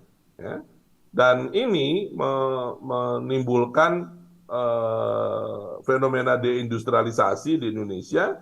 Jadi di satu sisi rantai pasoknya sudah terganggu, trade terganggu, dan industrialisasinya juga paling tidak menimbulkan tanda tanya untuk keberlanjutannya di masa yang akan datang. Share industri dalam ekonomi Indonesia telah turun dari lebih dari sekitar 21,5% menjadi hanya 18% dalam hampir 10 tahun. Dan ini bukan tanda yang baik, ini adalah sesuatu yang harus amat sangat kita cermati bersama. Next. Di pertanian misalnya, eh, kondisi itu juga tidak berbeda. Jadi artinya yang tadi untuk industri, pertanian pun berada dalam situasi yang serupa. Sebenarnya ASEAN secara keseluruhan indeks ketahanan pangannya tidak terlalu buruk.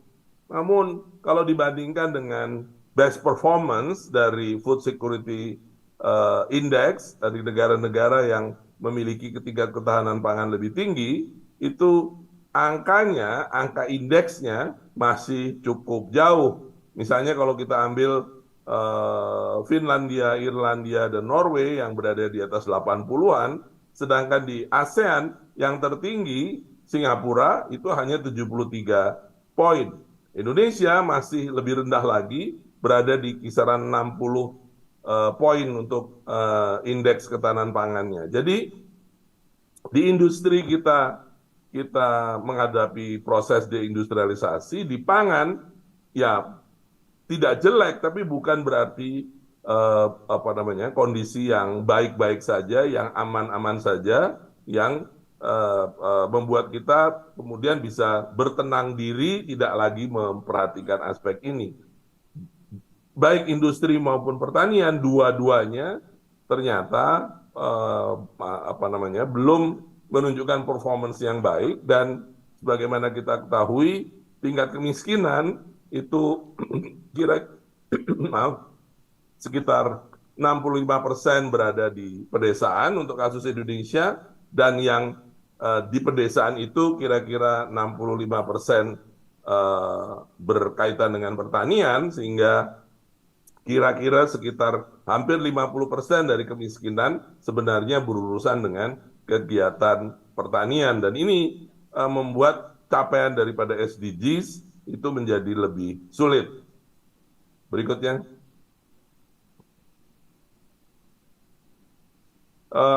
Tadi sudah disebutkan oleh Pak Yose mengenai inflasi umum, ya, tetapi kalau untuk inflasi pangan, lagi secara FAO Food Commodity Price Index memang menunjukkan penurunan, namun demikian untuk komoditas-komoditas utama, harga masih menunjukkan kecenderungan naik. Jadi pada level global dan makro itu sudah terjadi easing up di dalam inflasi pangan, tapi pada level mikro per komoditi situasinya belum sebaik itu.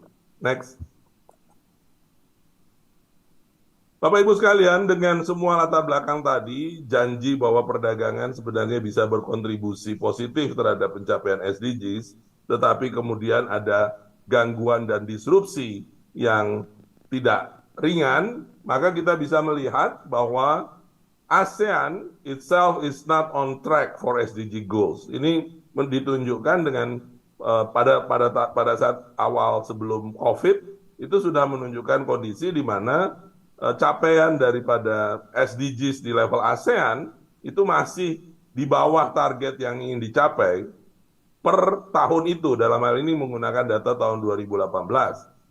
Apalagi dibandingkan dengan target tahun 2030 di mana SDGs itu dicanangkan. Yang menjadi merisaukan adalah ada beberapa tujuan di dalam SDGs yang dia justru bersifat decreasing, jadi berlawanan dengan arah untuk mencapai tujuan di tahun 2030. Ini 2018 sebelum terjadinya COVID. Next. Ini adalah data yang dikumpulkan oleh UNESCAP untuk kasus tahun 2022. Juga terlihat di sebelah kanan, Bapak Ibu sekalian, semua capaian SDGs di bawah target yang sudah dicanangkan sendiri. Bahkan khusus untuk climate action, itu arah pergerasannya justru regression, dia berlawanan dengan tujuan untuk mencapai target tahun 2030. Dan jika dihitung, maka secara keseluruhan, capaian tujuan untuk SDGs di Asia Pasifik itu baru kira-kira 15% daripada targetnya, dan untuk mencapai SDGs-nya yang jika dengan progres seperti ini, maka dibutuhkan 42 tahun. Padahal kita tinggal 8 tahun lagi ya waktu yang tersedia untuk mencapai tahun 2030. Next. Kalau kita tahu bahwa SDGs itu terdiri dari 17 goals dan 169 target dengan 232 indikator, ternyata status atau kondisi stagnation dan regression, jadi di dalam satu tujuan SDGs, di dalamnya ada target, ternyata yang merah itu, gambar sebelah kanan, yang merah itu menunjukkan bahkan di dalam tujuan yang relatif maju, itu pun di dalamnya ada target-target yang sebenarnya stagnan maupun menurun. Jadi kualitas dari pertumbuhan menuju pencapaian tujuan pembangunan berkelanjutan itu masih penuh dengan tantangan. Sehingga secara umum bisa kita katakan hanya 15% yang on track, 48% kira-kira itu yang moderately off track, dan ada 37% yang stagnan maupun justru dia berlawanan dengan arah tujuan ini. Next. Indonesia dan ASEAN di dalam pencapaian sustainable development-nya berdasarkan Sustainable Development Report sebenarnya dari tahun ke tahun telah menunjukkan pertumbuhan dan perkembangan. Misalnya kalau kita lihat dari sisi peringkat pada tahun 2019 Indonesia baru 102 peringkatnya dari 162 negara. Tahun 2023 Indonesia sudah mencapai peringkat 75 dari 166 negara, dan di sini tersebar negara-negara di ASEAN yang berdasarkan peringkat tadi. Tapi kalau kita perhatikan pendekatan ini, maka mungkin beberapa seperti Thailand, Vietnam, Singapura, Indonesia, Malaysia itu adalah negara yang perkembangannya relatif baik, tetapi kemudian saudara-saudara kita di ASEAN yang lain itu tampaknya masih jauh dan masih membutuhkan usaha-usaha yang ekstra untuk bisa berada on track kembali dalam pencapaian SDGs-nya. Next. Oh, maaf, fontnya berubah. Jadi intinya, kalau berdasarkan hasil analisisnya OECD, SDGs will not be achieved with business as usual. Jadi apa yang tadi sudah disampaikan itu menunjukkan bahwa memang kalau kita masih bekerja dengan cara yang sama, maka SDGs ini tidak akan pernah bisa dicapai. Dan itu bukan hanya sekedar di Indonesia, tapi juga di berbagai negara lain, termasuk negara-negara maju. Next. Oleh sebab itu, kalaupun misalnya ada yang bisa kita rekomendasikan dan dalam konteks kepemimpinan Indonesia di ASEAN, pertama, let's bring back the promises, yaitu perdagangan dan tentunya pembangunan ekonomi secara keseluruhan, kerjasama regional, itu bisa menjadi instrumen yang sangat penting, yang sangat kritikal, yang sangat strategik untuk mencapai SDGs. Dan tahun 2020 sampai 2030 ini oleh PBB telah dinyatakan sebagai decade of action, dekade aksi, dan bentuknya adalah mobilize everyone everywhere, demand urgency and ambition, design new innovation and solution. Nah, di sini yang menjadi menurut saya, yang poin ketiga ini sangat penting, tadi apa yang dikatakan oleh Pak Fukunari Kimura mengenai digitalisasi. Apakah inovasi dan solusi digital itu memang sudah diarahkan untuk SDGs? Dan seberapa banyak hal semacam itu dikerjakan di ASEAN? Demikian juga apa yang disampaikan oleh di bagian akhir dari presentasi dari Pak Yose Rizal tadi, banyak ide-ide yang saya kira sangat menarik sebagai bagian dari kebutuhan adanya inovasi dan solusi, mungkin secara kelembagaan yang memungkinkan ASEAN bisa bekerja sama mencapai SDGs-nya. Next. Indonesia sendiri sudah menawarkan 6 strategi dasar ini Pertama adalah sumber daya manusia atau human capital, itu merupakan hal yang paling penting sebagai core untuk mencapai SDGs. Kemudian meningkatkan produktivitas di semua sektor, termasuk reindustrialisasi, paling tidak bagi Indonesia. Ekonomi hijau itu adalah tawaran yang lain untuk bisa diwujudkan sedemikian sehingga berkaitan dengan SDGs, ekonomi rendah karbon, dan transformasi digital, tadi sudah disebutkan, infrastruktur digital perlu dikembangkan, demikian juga pemanfaatan digital dan penguatan enabler, membuat integrasi ekonomi connectivity, sejalan dengan pemikirannya Pak Yose Rizal tadi, dan terakhir, diperlukan adanya kawasan-kawasan baru, pusat-pusat pertumbuhan baru yang bisa memang menarik ekonomi secara lebih cepat. Yang ditawarkan sebenarnya adalah build forward better. Kita tidak ingin build back better karena ini seperti yang tadi diingatkan oleh Pak Yose mengenai masalah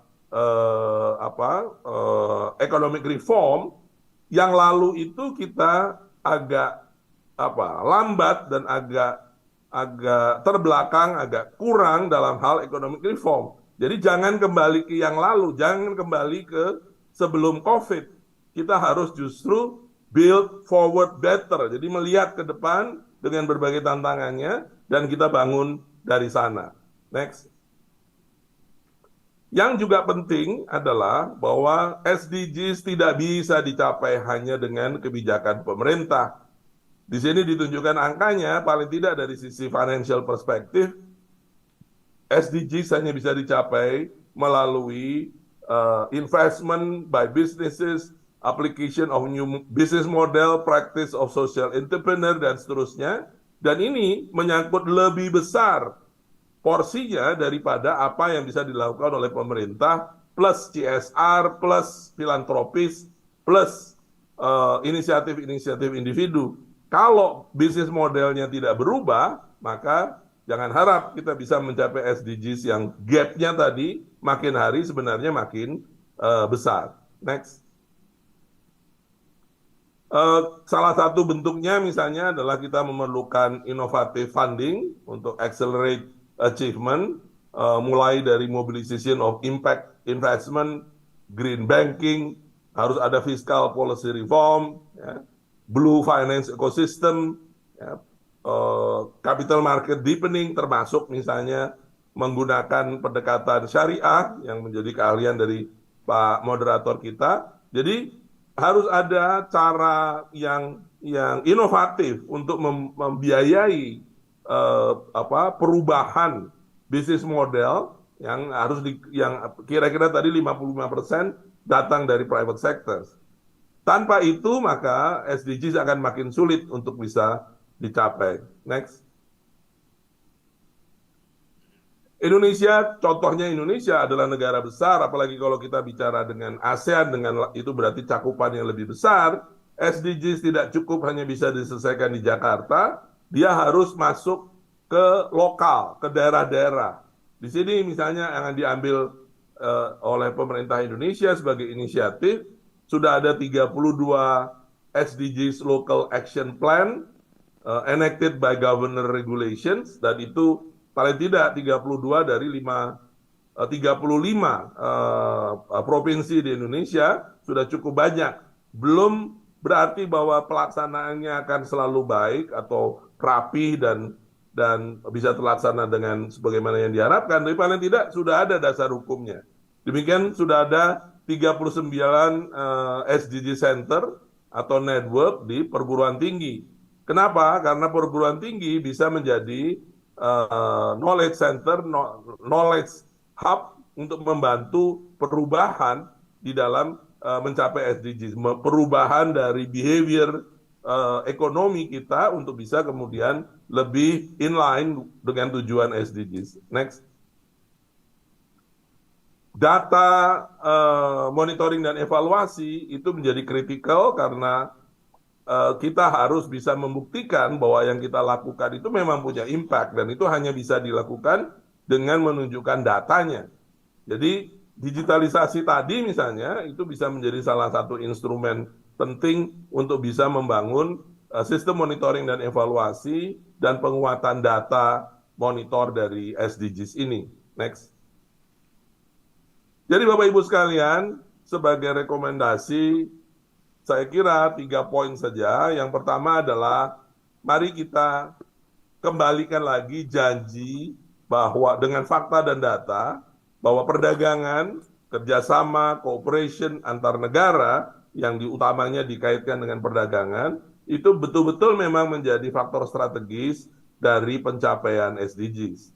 Yang kedua, mari kita saling berbagi pengalaman, berbagi teknologi, berbagi informasi, dengan prinsip bahwa kita ingin membangun ke depan dengan lebih baik, ya, build forward a better, ya. Dan kemudian yang ketiga, karena Indonesia sedang menjadi chair, maka ambil leadership dan kemudian mempromote regional cooperation untuk bisa mencapai SDGs ini. Karena SDGs ini pada hakikatnya bukan hanya sekedar tujuan kita, tapi sudah menjadi hutang kita kepada anak-anak ASEAN yang nantinya mereka yang akan meneruskan kita hidup dan berkembang, melanjutkan kita berada di wilayah yang sangat hebat ini sebenarnya, tetapi juga masih memiliki banyak masalah. Salah satunya adalah bahwa kita belum mencapai tujuan yang sudah kita sepakati sendiri. Demikian Pak Dekan, Bapak Ibu sekalian, terima kasih banyak atas kesempatannya. Assalamualaikum warahmatullahi wabarakatuh. Waalaikumsalam warahmatullahi wabarakatuh. Thank you very much, Prof. Bayu Krisnamurthi, and for your enlightening presentation. And once again, let us give warm applause virtually for Professor Bayu Krisnamurthi. Ladies and gentlemen, now we will enter the Q&A session. So I would like to read several questions that have been selected by the committee. And for this first session, there is the first question is directed to Pak Yose Rizal. You mentioned about the importance of implementation and expansion in RCEP. What can be done to increase utilization of RCEP, policy strategies for Indonesia, as ASEAN member states and also as the ASEAN Chairman 2023? And for the second question, it is directed to Professor Kimura. The question is, in your opinion, what do you think about the roles of international collaborations and partnerships play in facilitating innovation, especially in regions like ASEAN? What strategic policies to promote innovation through ASEAN cooperation and collaboration? I think this will be the first two questions. Oh, once again, one more? Yeah, to Professor Bayu, yeah, Prof. Bayu. There's also one question for you. We hear that El Nino is forecasted to impact on food price, thus increase inflation level and purchasing power. What do you think about these upcoming risks that might increase inequality level due to larger number of poor will be impacted? What policy strategies for Indonesia that need to be related to trade policy for macroeconomic stability and bridging the SDGs gap? I think each of you has received one questions, and now I would like to invite Pak Yose Rizal to answer the question that is directed to you. Please. Okay, thank you for the questions. I think first we need to understand that RCEP is a bit different than the previous trade agreements that ASEAN initiated. In this RCEP, the spirit is to facilitate trade that can be the part of a global and regional supply chain. So RCEP do not really focus focus on the tariff reductions, but rather to ease the flow of trade between one countries to another. So that's why in RCEP the most of the attentions is under the simplifying the rules of origins. that's one thing that we need to understand first before we want to increase the utilization of RCP. In order to increase the utilization of RCP, I think Indonesia need to be more active first on the supply chain or the regional and global supply chain. If we are participating more, if we are more integrated into these supply chains, this value chain, then it would be automatically that there is a need to increase the utilizations of RCP. Otherwise, the RCP would not really deliver optimal benefits. So what we need to do is to be able to participate more. But of course, RCP is not only about trade.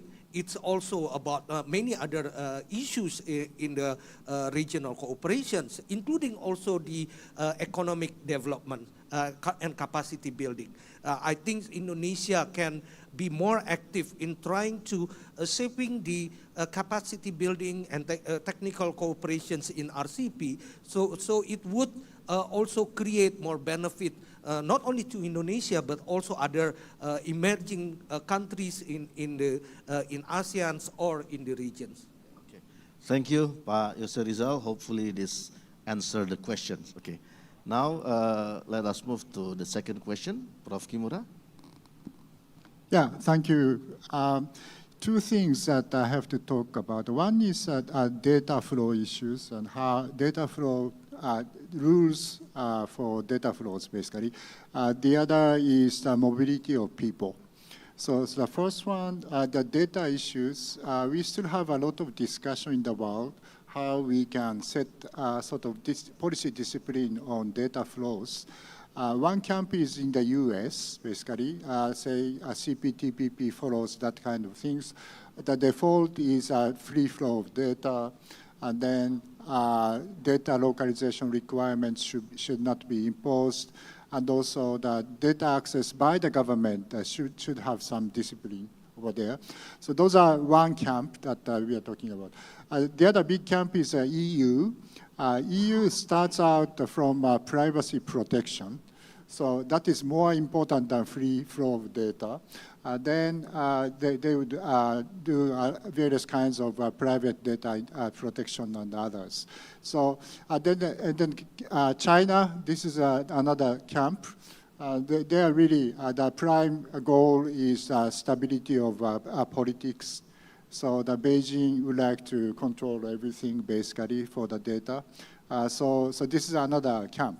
So these are three sort of extreme camps in a sense. And in ASEAN member states, some are closer to the US model, some are closer to EU model, and how we can make some sort of convergence or harmonization of data flow governance, actually. So this is a really challenging but a very important issue and how we can proceed from here. So one reference point is certainly the talk and the initiative, WTO initiative, talking about what could be a sort of common denominator of data flow issues over there. I don't think the WTO can joint statement initiative, actually, that is how far we can get a sort of common denominator. I'm not very optimistic, but I think it's very important to set some sort of broad lines to do that. So I don't think DEFA can set everything over there, but it's very important to give us a sort of a general direction to go over there. So other things are relatively easy to carry for trade liberalization, trade facilitation type issues like electric signature and others. Certainly that kind of things should get some sort of agreement over there. So the second one, mobility of people. In ASEAN, among ASEAN member states, there's no sort of comprehensive framework for unskilled labor, but unskilled labor is moving a lot already. But the skilled labor movement, we had difficulty in setting up some sort of really solid agreements in many aspects, various kinds of experts, skilled labor, across ASEAN member states. So, but I think I said that creative imitation and the localization of the technology deployment, that is a very important aspect. So, so the movement of IT-related people and also the sort of freedom of businesses by foreign companies, I think those kind of things are extremely important. So particularly among ASEAN member states, we have to step forward to some extent to facilitate the movement of IT-related people. I think this is one challenge, that how far ASEAN can get a sort of agreement over there. So the data flow issues, and the other is mobility of people. Okay, thank you, Prof. Kimura. And for the third question, please, Prof. Bayu, if you have any answer. Okay, thank you for the question. First, I think we need to recognize that this is a very uncertain El Nino. This is not, there is the uncertainty in the climate, but it took in the form of uncertain El Nino. El Nino is supposed to be very dry and very limitation of the rain, but at least in Indonesia and as well as in Thailand and Vietnam, we see still a lot of rain in time of El Nino. So it's quite confusing. That's one point that we need to recognize. The second point is El Nino should have an impact after 6 to 9 months. So it's not like directly for the present, but it's kind of near futures. And as you know, in food trading, we know that almost all of the the businesses, they already have a contract for 6 to 9 months. So we need to watch out and to look at the situations probably in the first quarter of 2024. Having saying that, the El Nino situations, their impact to the food price is actually as an additional to what already happening in our food supply chains. There are already trade disruptions done by countries like India and others who stop to export. And that have a huge impact in the global food market. Even though, and this is sometimes, it's very difficult to predict. India is now on the election period, and that is make the political decision more in front of technocratic decision, to put on that way. So the food price has already been impacted by that trade disruption and now El Nino. But if we look at the little bit longer perspective in the data, you will see that after COVID, the food price is already going down. Actually, the price is gradually going down in almost all commodities. But now there are pressure, especially for rice, wheat, sugar. The price have indications of going up. So how should we deal with this situation? Again, with Indonesia chairmanship of ASEAN as a whole probably could do diplomacy, political diplomacy, and lobby to India and other countries, and try to convince them not to disrupt food trade activities, at least in the region or even in the global. But that is also have consequences for Indonesia, not to disrupt our own trade activities, especially for food, because we also implement, yeah, for our partners could be interpreted as a trade disruption. So I think that's one point that actually related to my presentation, that we need to bring back the premises that trade have a good and positive impact to the SDGs. The other policy probably is for ASEAN to enlarge and strengthen what already been decided before, which is the ASEAN Emergency Rice Reserve, and now it's already ASEAN +3 Emergency Rice Reserve, which is ASEAN plus China, Japan, and Korea. We can use that as a kind of instrument to make sure that at least for the poor people in the ASEAN +3 could at least have a good or enough sufficient food, their staple food, which is the rice or any other staple food. So we can do that in a two way. First, of course, to make sure that we could solve the disruptions of trade for food product, and the second is try to have an interventions instrument within region, not only within countries, because Indonesia already have that within our own system, but in the region we can also collaborate to, as I said, to strengthen the ASEAN Emergency Rice Reserve mechanism. Thank you. Okay, thank you very much, Prof. Bayu Krisnamurthi. Now let us move to the second session. The first question is also for Pak Yose Rizal. Despite current macroeconomic condition, that is high risk of global uncertainty and tendencies of deglobalization, and different level of recovery path of ASEAN economies, what are the priorities needed in terms of trade agreement or joint cooperation for Indonesia as a country, and its role in ASEAN chairmanship to promote acceleration in growth through regionalism and potential trade growth in ASEAN? And the second question is for Professor Kimura.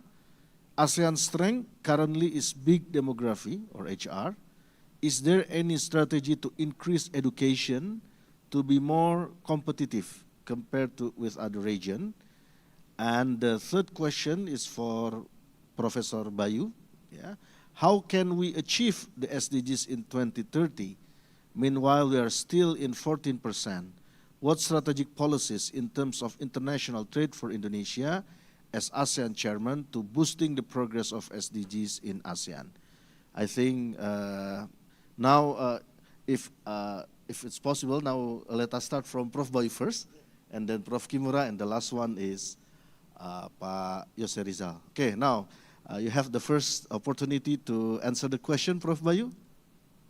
Okay, thank you very much for the question. I think the short answer will be just open up the trade, make sure that there is no disruption in the global supply chains, make sure that import and export can flow freely and fairly, and also as well as with no restrictions such as green protections, pandemic protection, and so forth. And I think utilize all of the regional agreement that already been signed, like of course the ASEAN itself and RCEP. Someone mentioned about RCEP. I think that's a very, very important and very big agreement, cooperations within the member states. So I think we know the answer actually, which is just make goods and services flow within the trade, the international trade. Is it going to help? Will it going to help to achieve the SDGs? By itself, no, to be very honest with you. But it will help. It will contribute. We need a lot of things to make sure that the SDGs could be achieved, which is to increase the productions, try to make it more efficient, increase the human capital quality and capabilities. We need also to reform our institutions. We need to change the way we do on the daily life and on the basic of the business. We need to change the business model.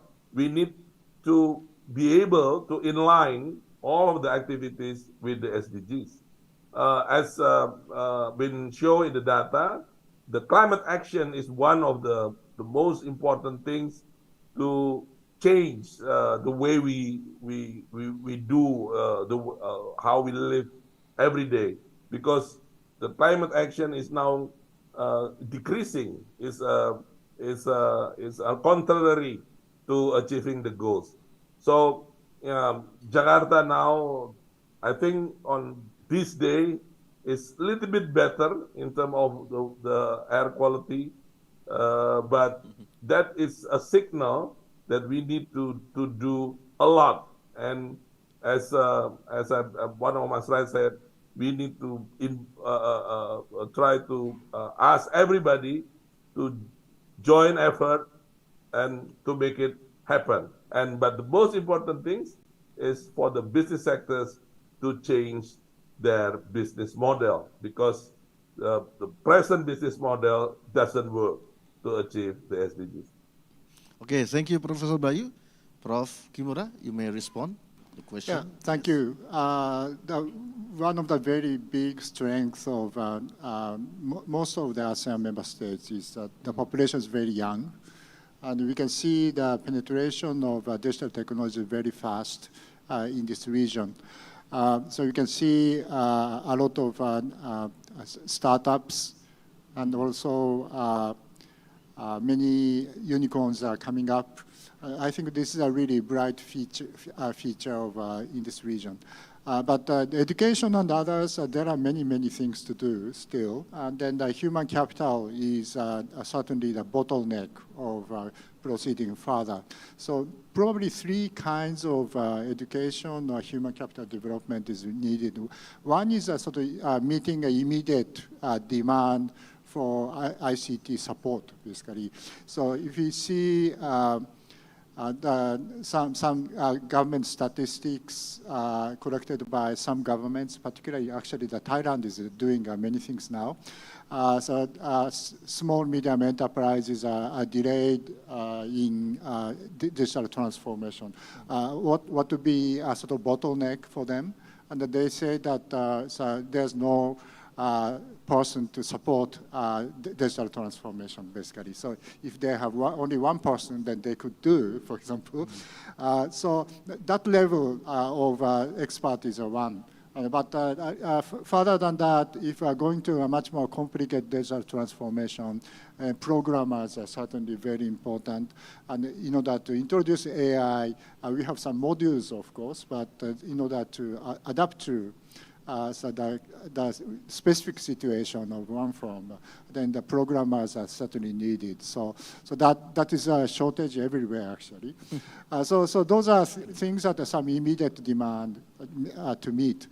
But the second is that the technologies are really changing very rapidly. So the current technique of programmers may not be the way in 10 years from now on, actually.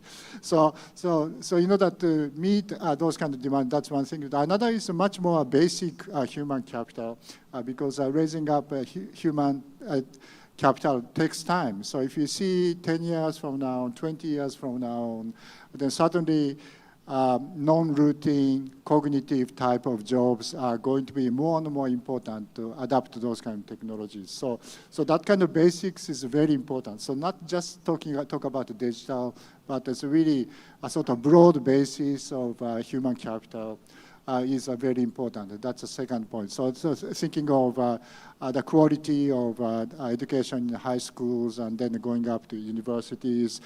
So those are certainly we have to make much more strength over there. The third one, I think So I emphasize the deployment of technologies. That immediately, that's very important in the short run. But in the long run, we have to going back to incremental innovation too. So you have to have a sort of basis of pool of technologies. In order to do that, R&D and others, those kind of things are going to be important again. So I think say that kind of basic research and others are really neglected in a sense in many cases. Of course, that's a really long-term stuff. So difficult to allocate a sort of big budget in the current situation. I understand that, but in 20 years from now on, many ASEAN member states are approaching to advanced country level. But certainly that kind of a technology basis is important. So that should be started now because it takes time. So that's a third point that I'd like to emphasize. Thank you. Thank you very much, Prof. Kimura. Now I would like to invite Dr. Yose Rizal to respond to the question. Okay.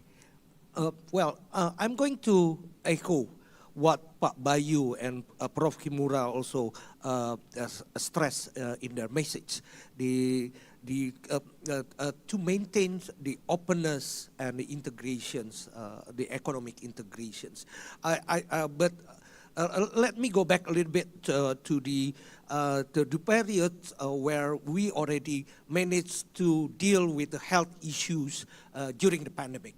So at that times, there were at least two issues, two areas of cooperations that we needed at that times. The first one is the cooperations, or how to make the coordinated efforts toward the normalizations of expansionary policy. You know that during the pandemic, the government tend to be more expansionary and then put a lot of stimulus, and then we need to go back. We need to exit from that issues. And in order to be, in order to make it smooth, we have to, all the economies in the world has to cooperate. But unfortunately, we missed that momentum. When the US actually started to increase their interest rate during the first quarter of last year, then we missed the momentum of having a coordinated and cooperations of the normalization strategy. But there are another issues that we need to address, which is to keep the economy open and integrated, and to have less protectionist policy, and to have less disruptions in the supply chain. And I think we still have a momentum in order to pursue that kind of cooperations. Although Pak Bayu mentions that the pandemic protectionist is everywhere, but I believe that the countries, economies in the world, and also in this region still have a time to turn back those kind of policies. Unfortunately, it's a very challenging time because we also have geopolitical issues at the moment, major rivalries between major powers, but I still think that ASEAN, including also in as a chair, has a very big opportunity to pursue more integrated, more cooperative approach toward the current issues. But for sure, it means that ASEAN and Indonesia need to take an example that to maintain less protectionist policy, less restrictive policies. I think Indonesia can do that, but of course we need to be able to show that we still maintain the openness and the integrations. Okay, thank you very much. And we still have questions from the audience. This might be the final round, yeah, because we receive a lot of number of questions. So for this third session, the first question is directed to Pak Yose. What intermediate services sector Indonesia should focus on to continue to engage in international trade? Because currently most countries are friendshoring their production. And the next question is for Professor Kimura. How can SMEs benefit from digitalization, particularly in trade sectors, and to be able to participate in global market? And the last question for Professor Bayu. What do you suggest for increasing the roles of Indonesian SMEs in global market so they can improve income level and promoting inclusive growth? So I'd like to invite now back to Pak Yose. Please, you may respond the question. Well, I think this friendshoring, first of all, I have to mention that this friendshoring is also a kind of like a more a protectionist strategy. Might not be really protectionist in terms of restrictive, but this is a strategy that is motivated by more geopolitical and security dimension, security issues, and it might not be quite productive for the global economy. But aside from that, if we would like to respond to the friendshoring strategy and other global strategies, then to the questions, intermediate service, what intermediate services sector that we need to develop, I believe that it is not about the what kind of intermediate service sectors that we need to develop, but rather what kind of services sector or how we can be more open up to this service sector, because we don't need to produce the services sector that we need. We can utilize the services sector from other countries, for example, or from other players, and then get a bigger benefit, including also to participate more in the global supply chain and global value chain. So I think that's my answer at the moment. Okay, thank you very much. And please, Prof. Kimura. Thank you. For SME, for digitalization, it depends on us how to collect the data, but if you see micro, small, medium, large, then how far digitalization is going. Sometimes data said that micro is not too bad, then small, medium, very low, and then large, high.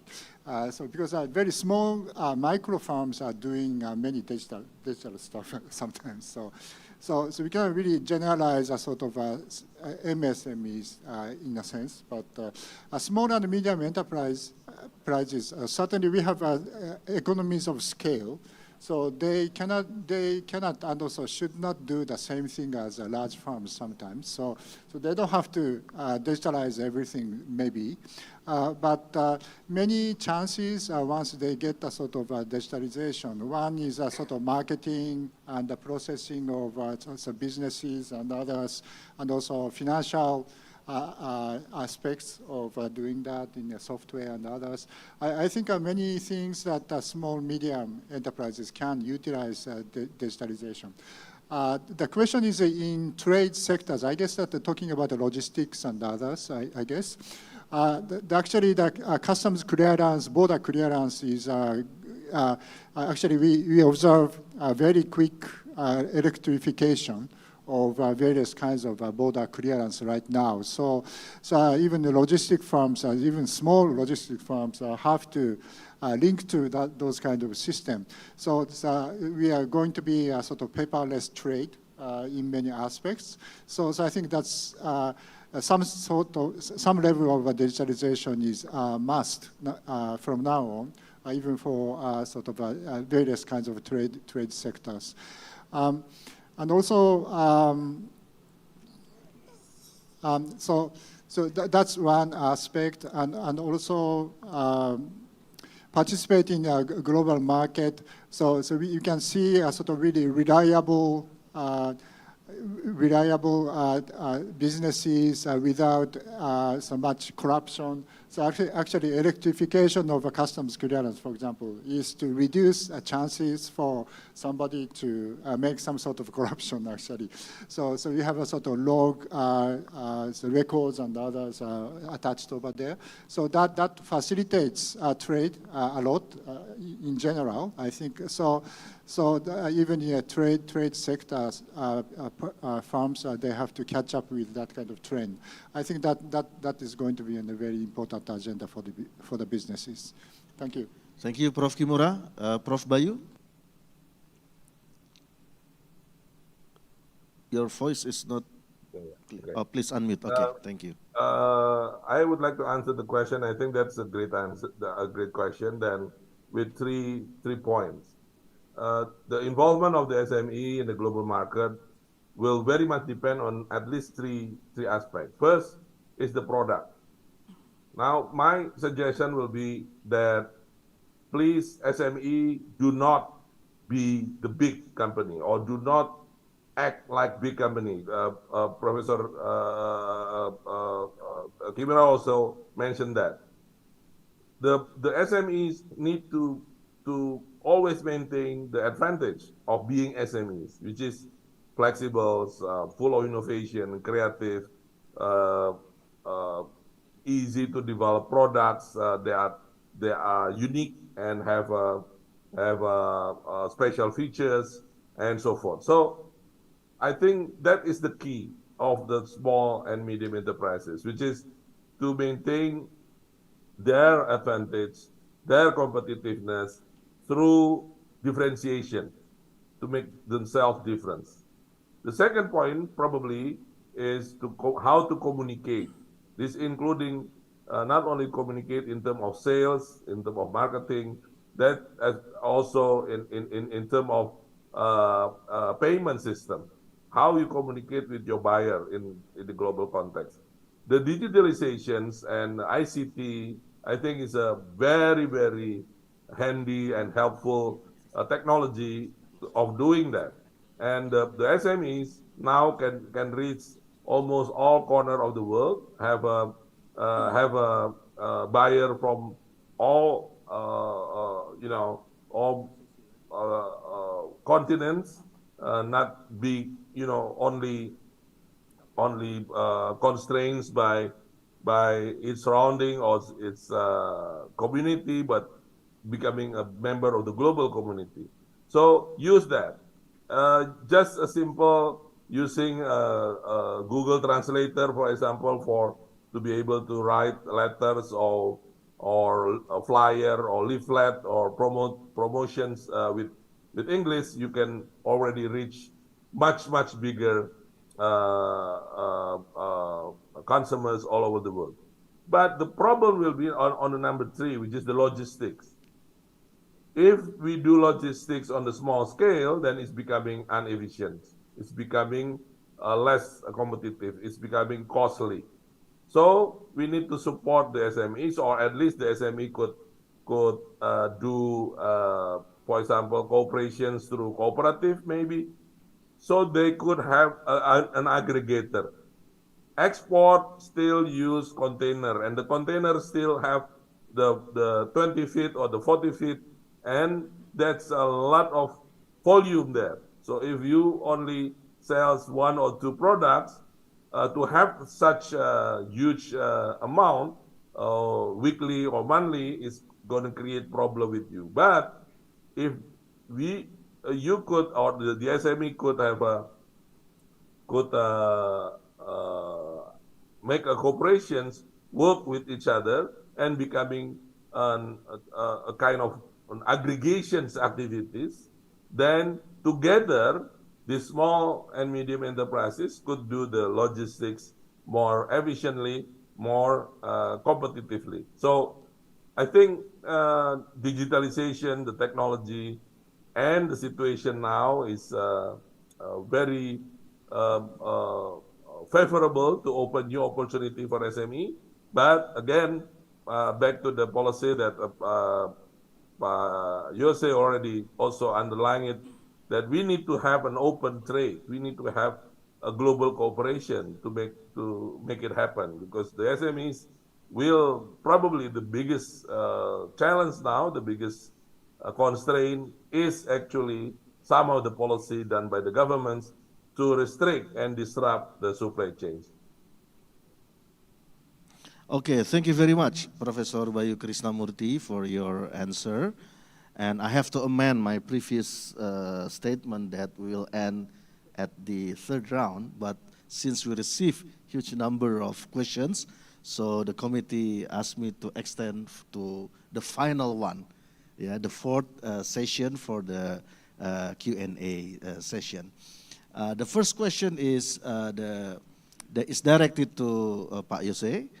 External shocks such as global commodity prices, food and energy, give big effect to most of ASEAN countries, especially to Indonesia. But in other hand, they have a big potential of that commodity, food and energy. What are your opinion on how these factors impact on ASEAN, especially for Indonesia macroeconomic resiliencies? And then the next question is directed to Professor Kimura. Digital gap still remains and become challenges for ASEAN economies.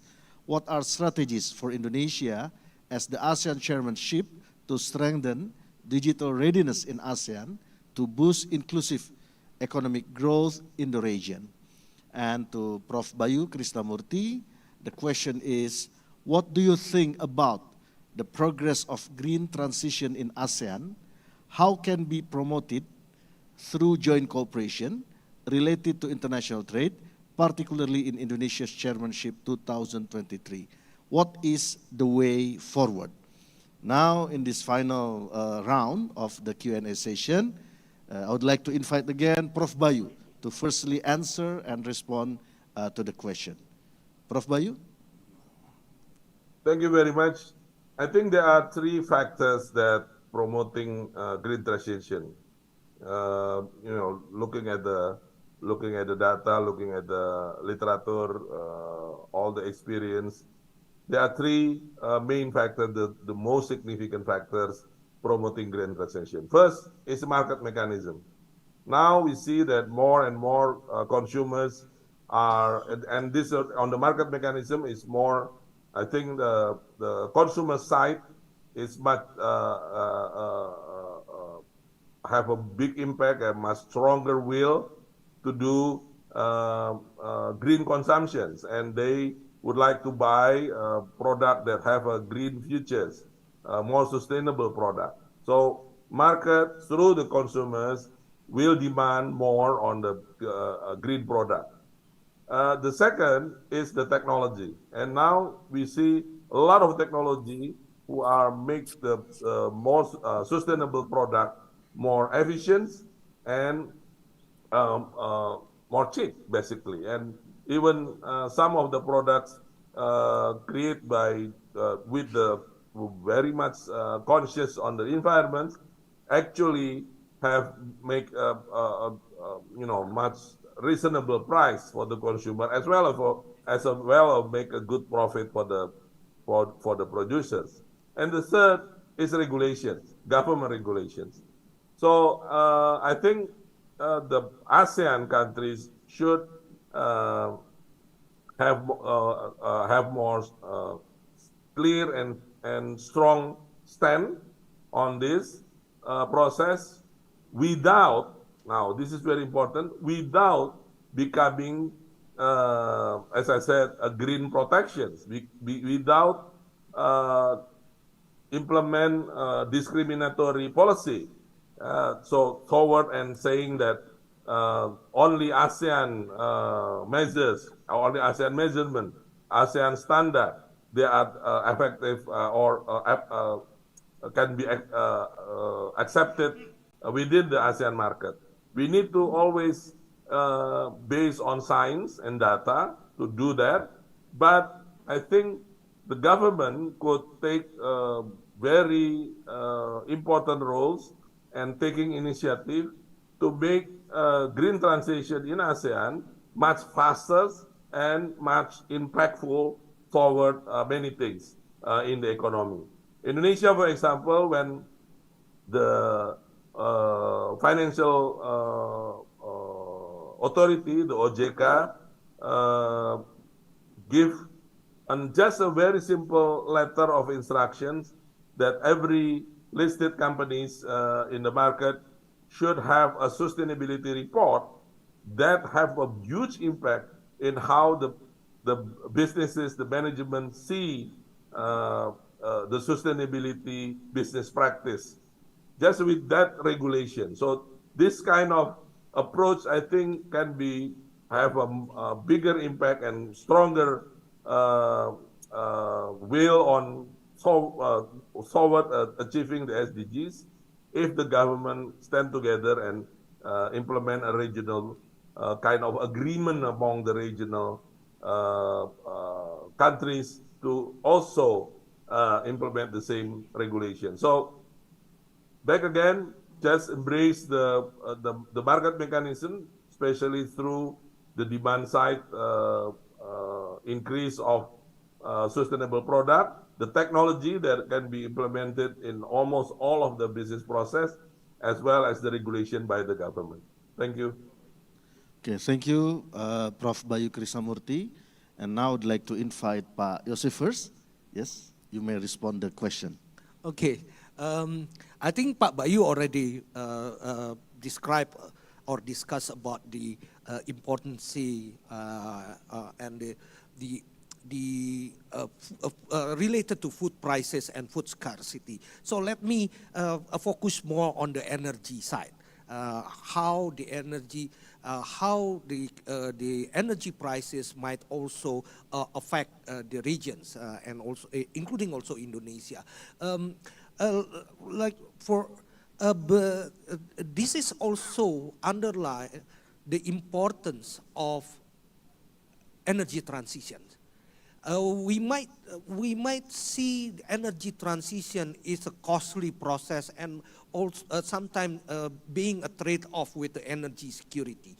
But actually, last year an energy crisis told us that if we are successful in accelerating energy transition, then it would help during energy crisis. It would create also a more resilient energy security. So, in my opinion, this is the one that ASEAN countries and Indonesia need to do to accelerate energy transitions in this region. Become more serious about it. And I would like to also pick up what Pak Bayu mentions about the market mechanism, the importance of market mechanisms in for the energy transition in this region. Because the market mechanism for energy often do not really work here in Indonesia and also in other ASEAN countries. We still have a very high fuel subsidy, for example, that prevents market mechanisms to take place. We also, when we're talking about energy transitions, we always need to talk about electricity market. And the electricity market is still very distorted in many ASEAN countries, including also in Indonesia. We have to make this kind of market mechanism work in order to support the energy transitions. And with that, energy security, energy resilience would also be achieved. Thank you very much, Pak Yose. Finally, Prof. Kimura, you may respond to the question. Yeah, thank you. Digital gap or digital divide, those are very important agenda at the ASEAN level.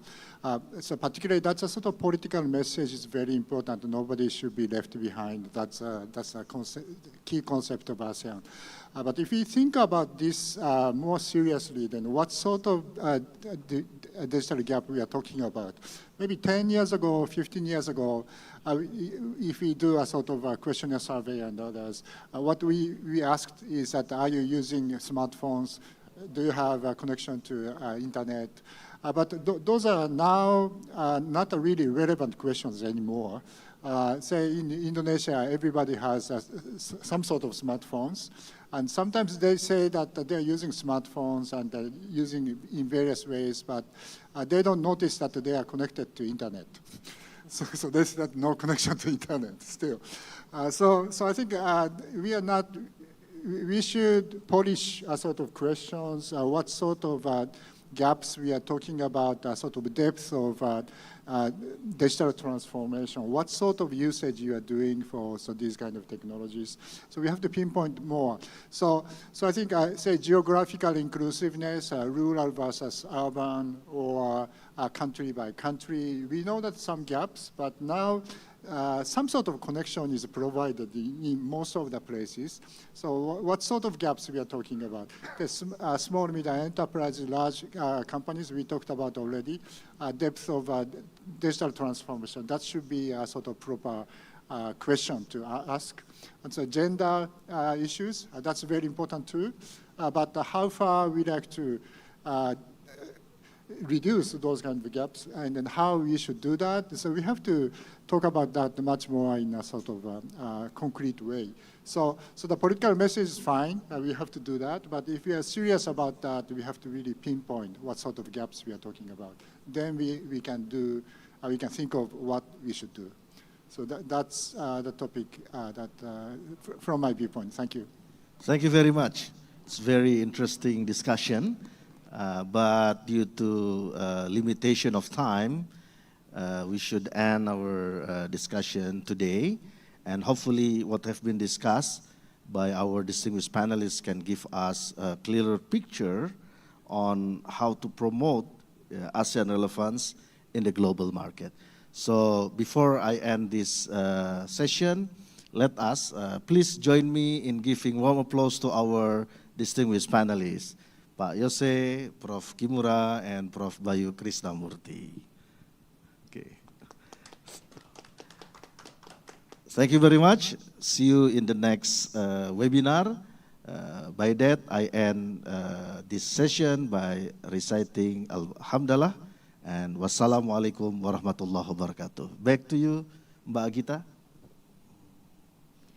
Waalaikumsalam warahmatullahi wabarakatuh. Wonderful. Thank you very much all the panelists, and of course Mr. Irfan Syauqi Beik as a moderator for leading the engaging panel sessions and also providing us with an insightful summary of the talks.